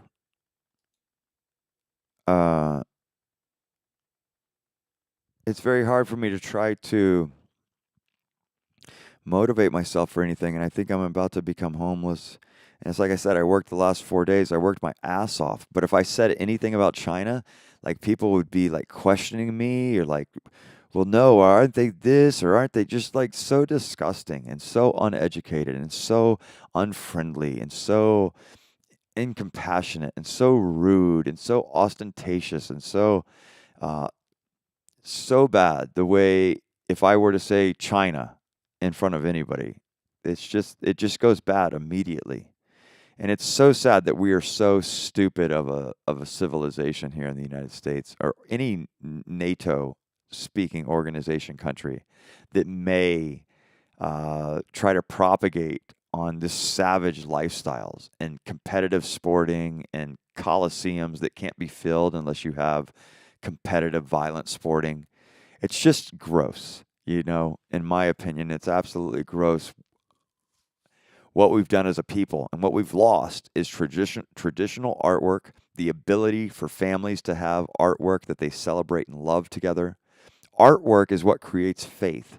Faith in humanity, faith in the living is what creates love. Now, when you start having faith in the devil, no, not faith in the devil. When you start having faith in death, or somebody who's dead, or you say, I believe in Jesus because he is our holy savior, but he's dead, or we don't know if he's dead, that's called necrology. If you say Muhammad has died, or I don't know what happened to Muhammad. Is he forever? Does he live forever? Did he go to another planet? I don't know anything about Muhammad, and I respect their religion, but I don't respect people that have faith addictions. I don't respect people that have crack addictions. I don't respect people that say, I have an addiction to a faith to love this dead person, or to say that I think this dead person may be able to save me, or I think this person who's dead, and I think death may be able to keep me safe, or I think death may be able to help me make money if I pray to it. If I pray to this person that could be my dead brother, and I say, you can bring me power, you can bring me, and I'm praying to a dead spirit, that's called necrology, and that's devil worshiping. And we've been sold this idea that it's such a great thing to support Jesus, and that you need to love that, he died for your sins, but he's dead, right? And now you want to fucking you want to gain knowledge from him. You want to gain information from the dead. You want to profit from the dead. You want to love the dead. You want to, like, what the fuck? Are you fucking kidding me? And that's what I've been sold my whole life. And the Muslims did it too. The Muslims said, Muhammad's gone also, and he's the last. Because you know what happened? Somebody wrote a fucking art story that somebody could read or somebody could translate. And you have the Jewish people, and they have their art story, and they have a way they kept their people in line or kept their people faithful. But maybe people were wondering who's God or who's this or why is this a prophet only? Why are these all these prophets coming? Where's the real one? And they said, you know, it's better if we don't keep changing the prophets every 10 years or 100 years or 50 years, because people have to start loving the new prophet, and then there's competition. So they said, let's change the art story and say that this one was martyred and became the final and last prophet ever. And the people that did it to the Jesus story, that were like, we're going to use Jesus as the very last person to have ever been a prophet, and he's the Son of God, and you don't love the living, put all your safety and hope and love and admiration into a dead person, even if it is a dead God. It doesn't matter, people. You're praying to the fact that you are a living being, and you're thinking something that's dead is going to help you. You know what it's going to help you do? It's going to help you die. You pray to something that's dead, it's going to help you die. It's going to help you mutilate yourself. And that's what we have here. There's over 440 religions here of Christianity that have been divided and conquered. And then you see, so like the Jesus people did it. They said our last prophet came here and he'll never come again. The Muslim people did it with Muhammad. It's the same fucking story. The very last prophet that'll ever be here, the absolute Son of God, or he is God, or I don't fucking know. But it was the same artist. It was like the same organization, the same institution that created both of those religions was like, let's put an end to this bullshit of having to change the prophet, and let's just say it's one fucking person, you know, instead of a new person every 20 years because they're living, you know. And so what you call those kinds of people is what would be Jesus's disciples, right? Is the disciples that come here after Jesus.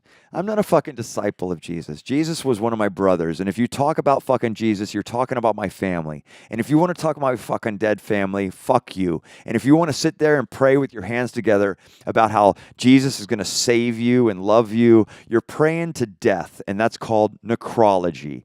And all of these things are faith addictions. And you can't have a faith addiction until you're 21 years old in China. You can do what you want after you're 21, but until you're 21, you have to contribute to the community of education and love and strength of community. We've lost all sense of that here. And I pray. I'm a very faithful person.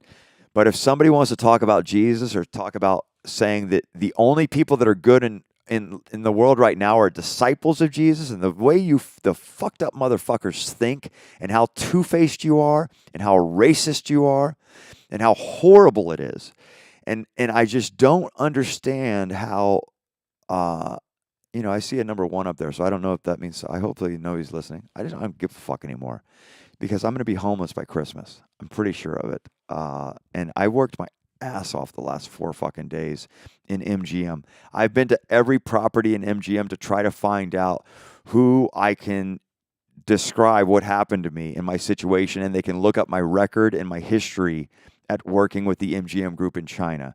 I'm needing to get in touch with an executive here, and I've been refused at every casino. I've stopped every bartender. I've stopped every person in a suit. I've stopped every fucking craps guy, the 80-year-old person. I've stopped at every concierge, at MGM, at Luxor, at Mandalay. I haven't done New York. I've gone to all of the MGM properties. They've got MGM, concierge, everywhere, and said, I need a business card for the general manager. No. I need a business card for the sales manager. No. I need a business card for food and beverage, because usually I work with food and beverage as an entertainment director, and food and beverage profits off of sales because of the entertainment I do. Entertainment doesn't always help you keep 100% capacity in your hotel, because entertainment doesn't always guarantee that everybody staying at the hotel loves your entertainment. Hey, what's up?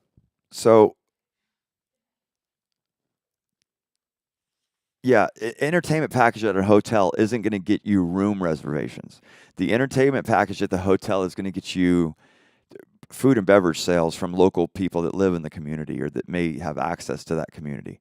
And so that's kind of where I play in. And so I'm like, let me get access to your food and beverage manager. No. And if we don't have food and beverage here, all food and beverage is outsourced to third-party company. Okay, well, let me get their contact information. No. Okay, well, who manages entertainment here? We had an entertainment program, but we've sold all of our entertainment programs to Tao Group. Okay, so you go over to Tao Group and you say send out emails to people at Tao. You go to the fucking Tao nightclub. You talk to the managers there, and there's no opportunities here, and there's nobody that'll introduce me to a sales manager or a general manager for any of the MGM Grand America stuff. And I deserve a lot of fucking money from what I did. I deserve to be paid back from what happened to me after I left MGM in Sanya and I was kidnapped and taken to Myanmar, and now I have PTSD. I deserve for them to pay me, or to at least provide me with assistance, or to provide me with the job that they promised that they were going to give me before they botched the job. And at any rate, I want to know where, because I had $1,000 a day per diem, so I want to know where that $40,000 went, where it came from, and I also want to know where the cost of the hotel room went, because my presidential suite was like $1,800 a night at like 50 nights I was there, or 40 nights I was there. And so that's like another $80,000. So I had caught, and then they flew me to Hong Kong and paid for the hotel for 3 days and paid for the drivers and paid for the translators and paid for the people to take me to the fucking visa office and the whole ordeal for 3 days I was there. And they paid for all of that. That was another $5,000 US dollars. So I want to know who the fuck spent $100,000 on me just to have me kidnapped, to be fucking kidnapped to fucking Myanmar, to fuck up the rest of my fucking life. So then I would come back to America, to then go back to China again to become top 100 on the Sino fucking DJs list, which is a fucking big, huge development company that does these huge $50 billion and $100 billion developments. And then they start sending me all over the fucking world to Singapore. And then the pandemic hits and I'm fucked. And I come back to this country, I'm ridiculed, people don't help me, nobody will fucking talk to me. If I say the word fucking China, which is the most beautiful place to ever exist on this planet, they will fucking turn their fucking face against me, they'll fucking frown at me, they'll fucking spit at me. This is the way you've been taught, to be savage, competitive, asshole motherfuckers. And at my expense, while the whole time I've been trying to unite you people as a people of humanity, I've been trying to get you to come together and love each other. My name is Lovehouse. You can see my fucking name.